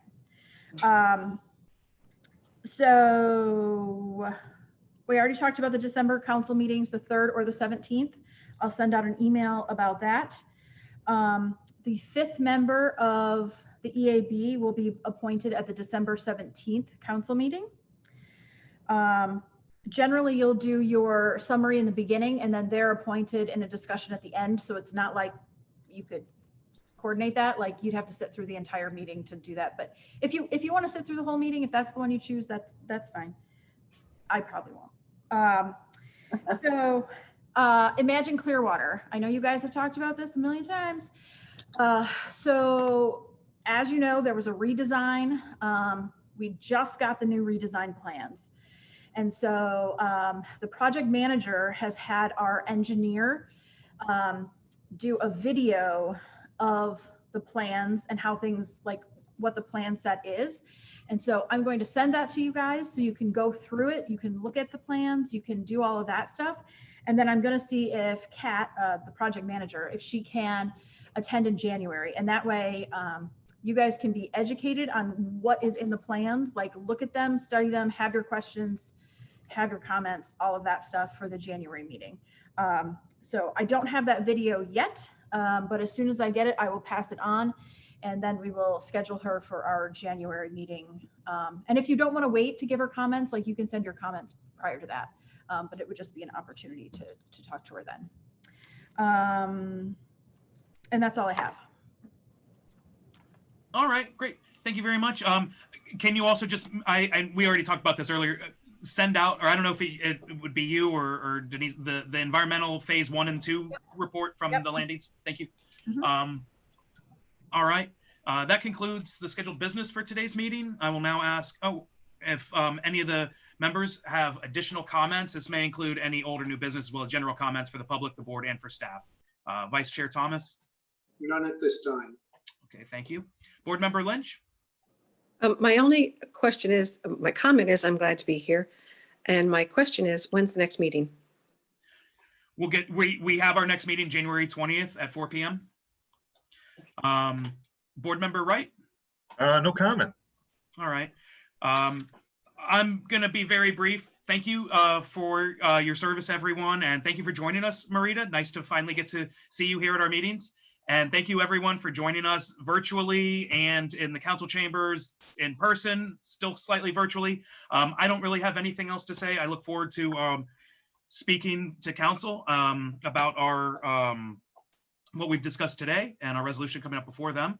And other than that, I think we've already gone over a little bit. So I'm going to adjourn our meeting. Thank you very much, everyone.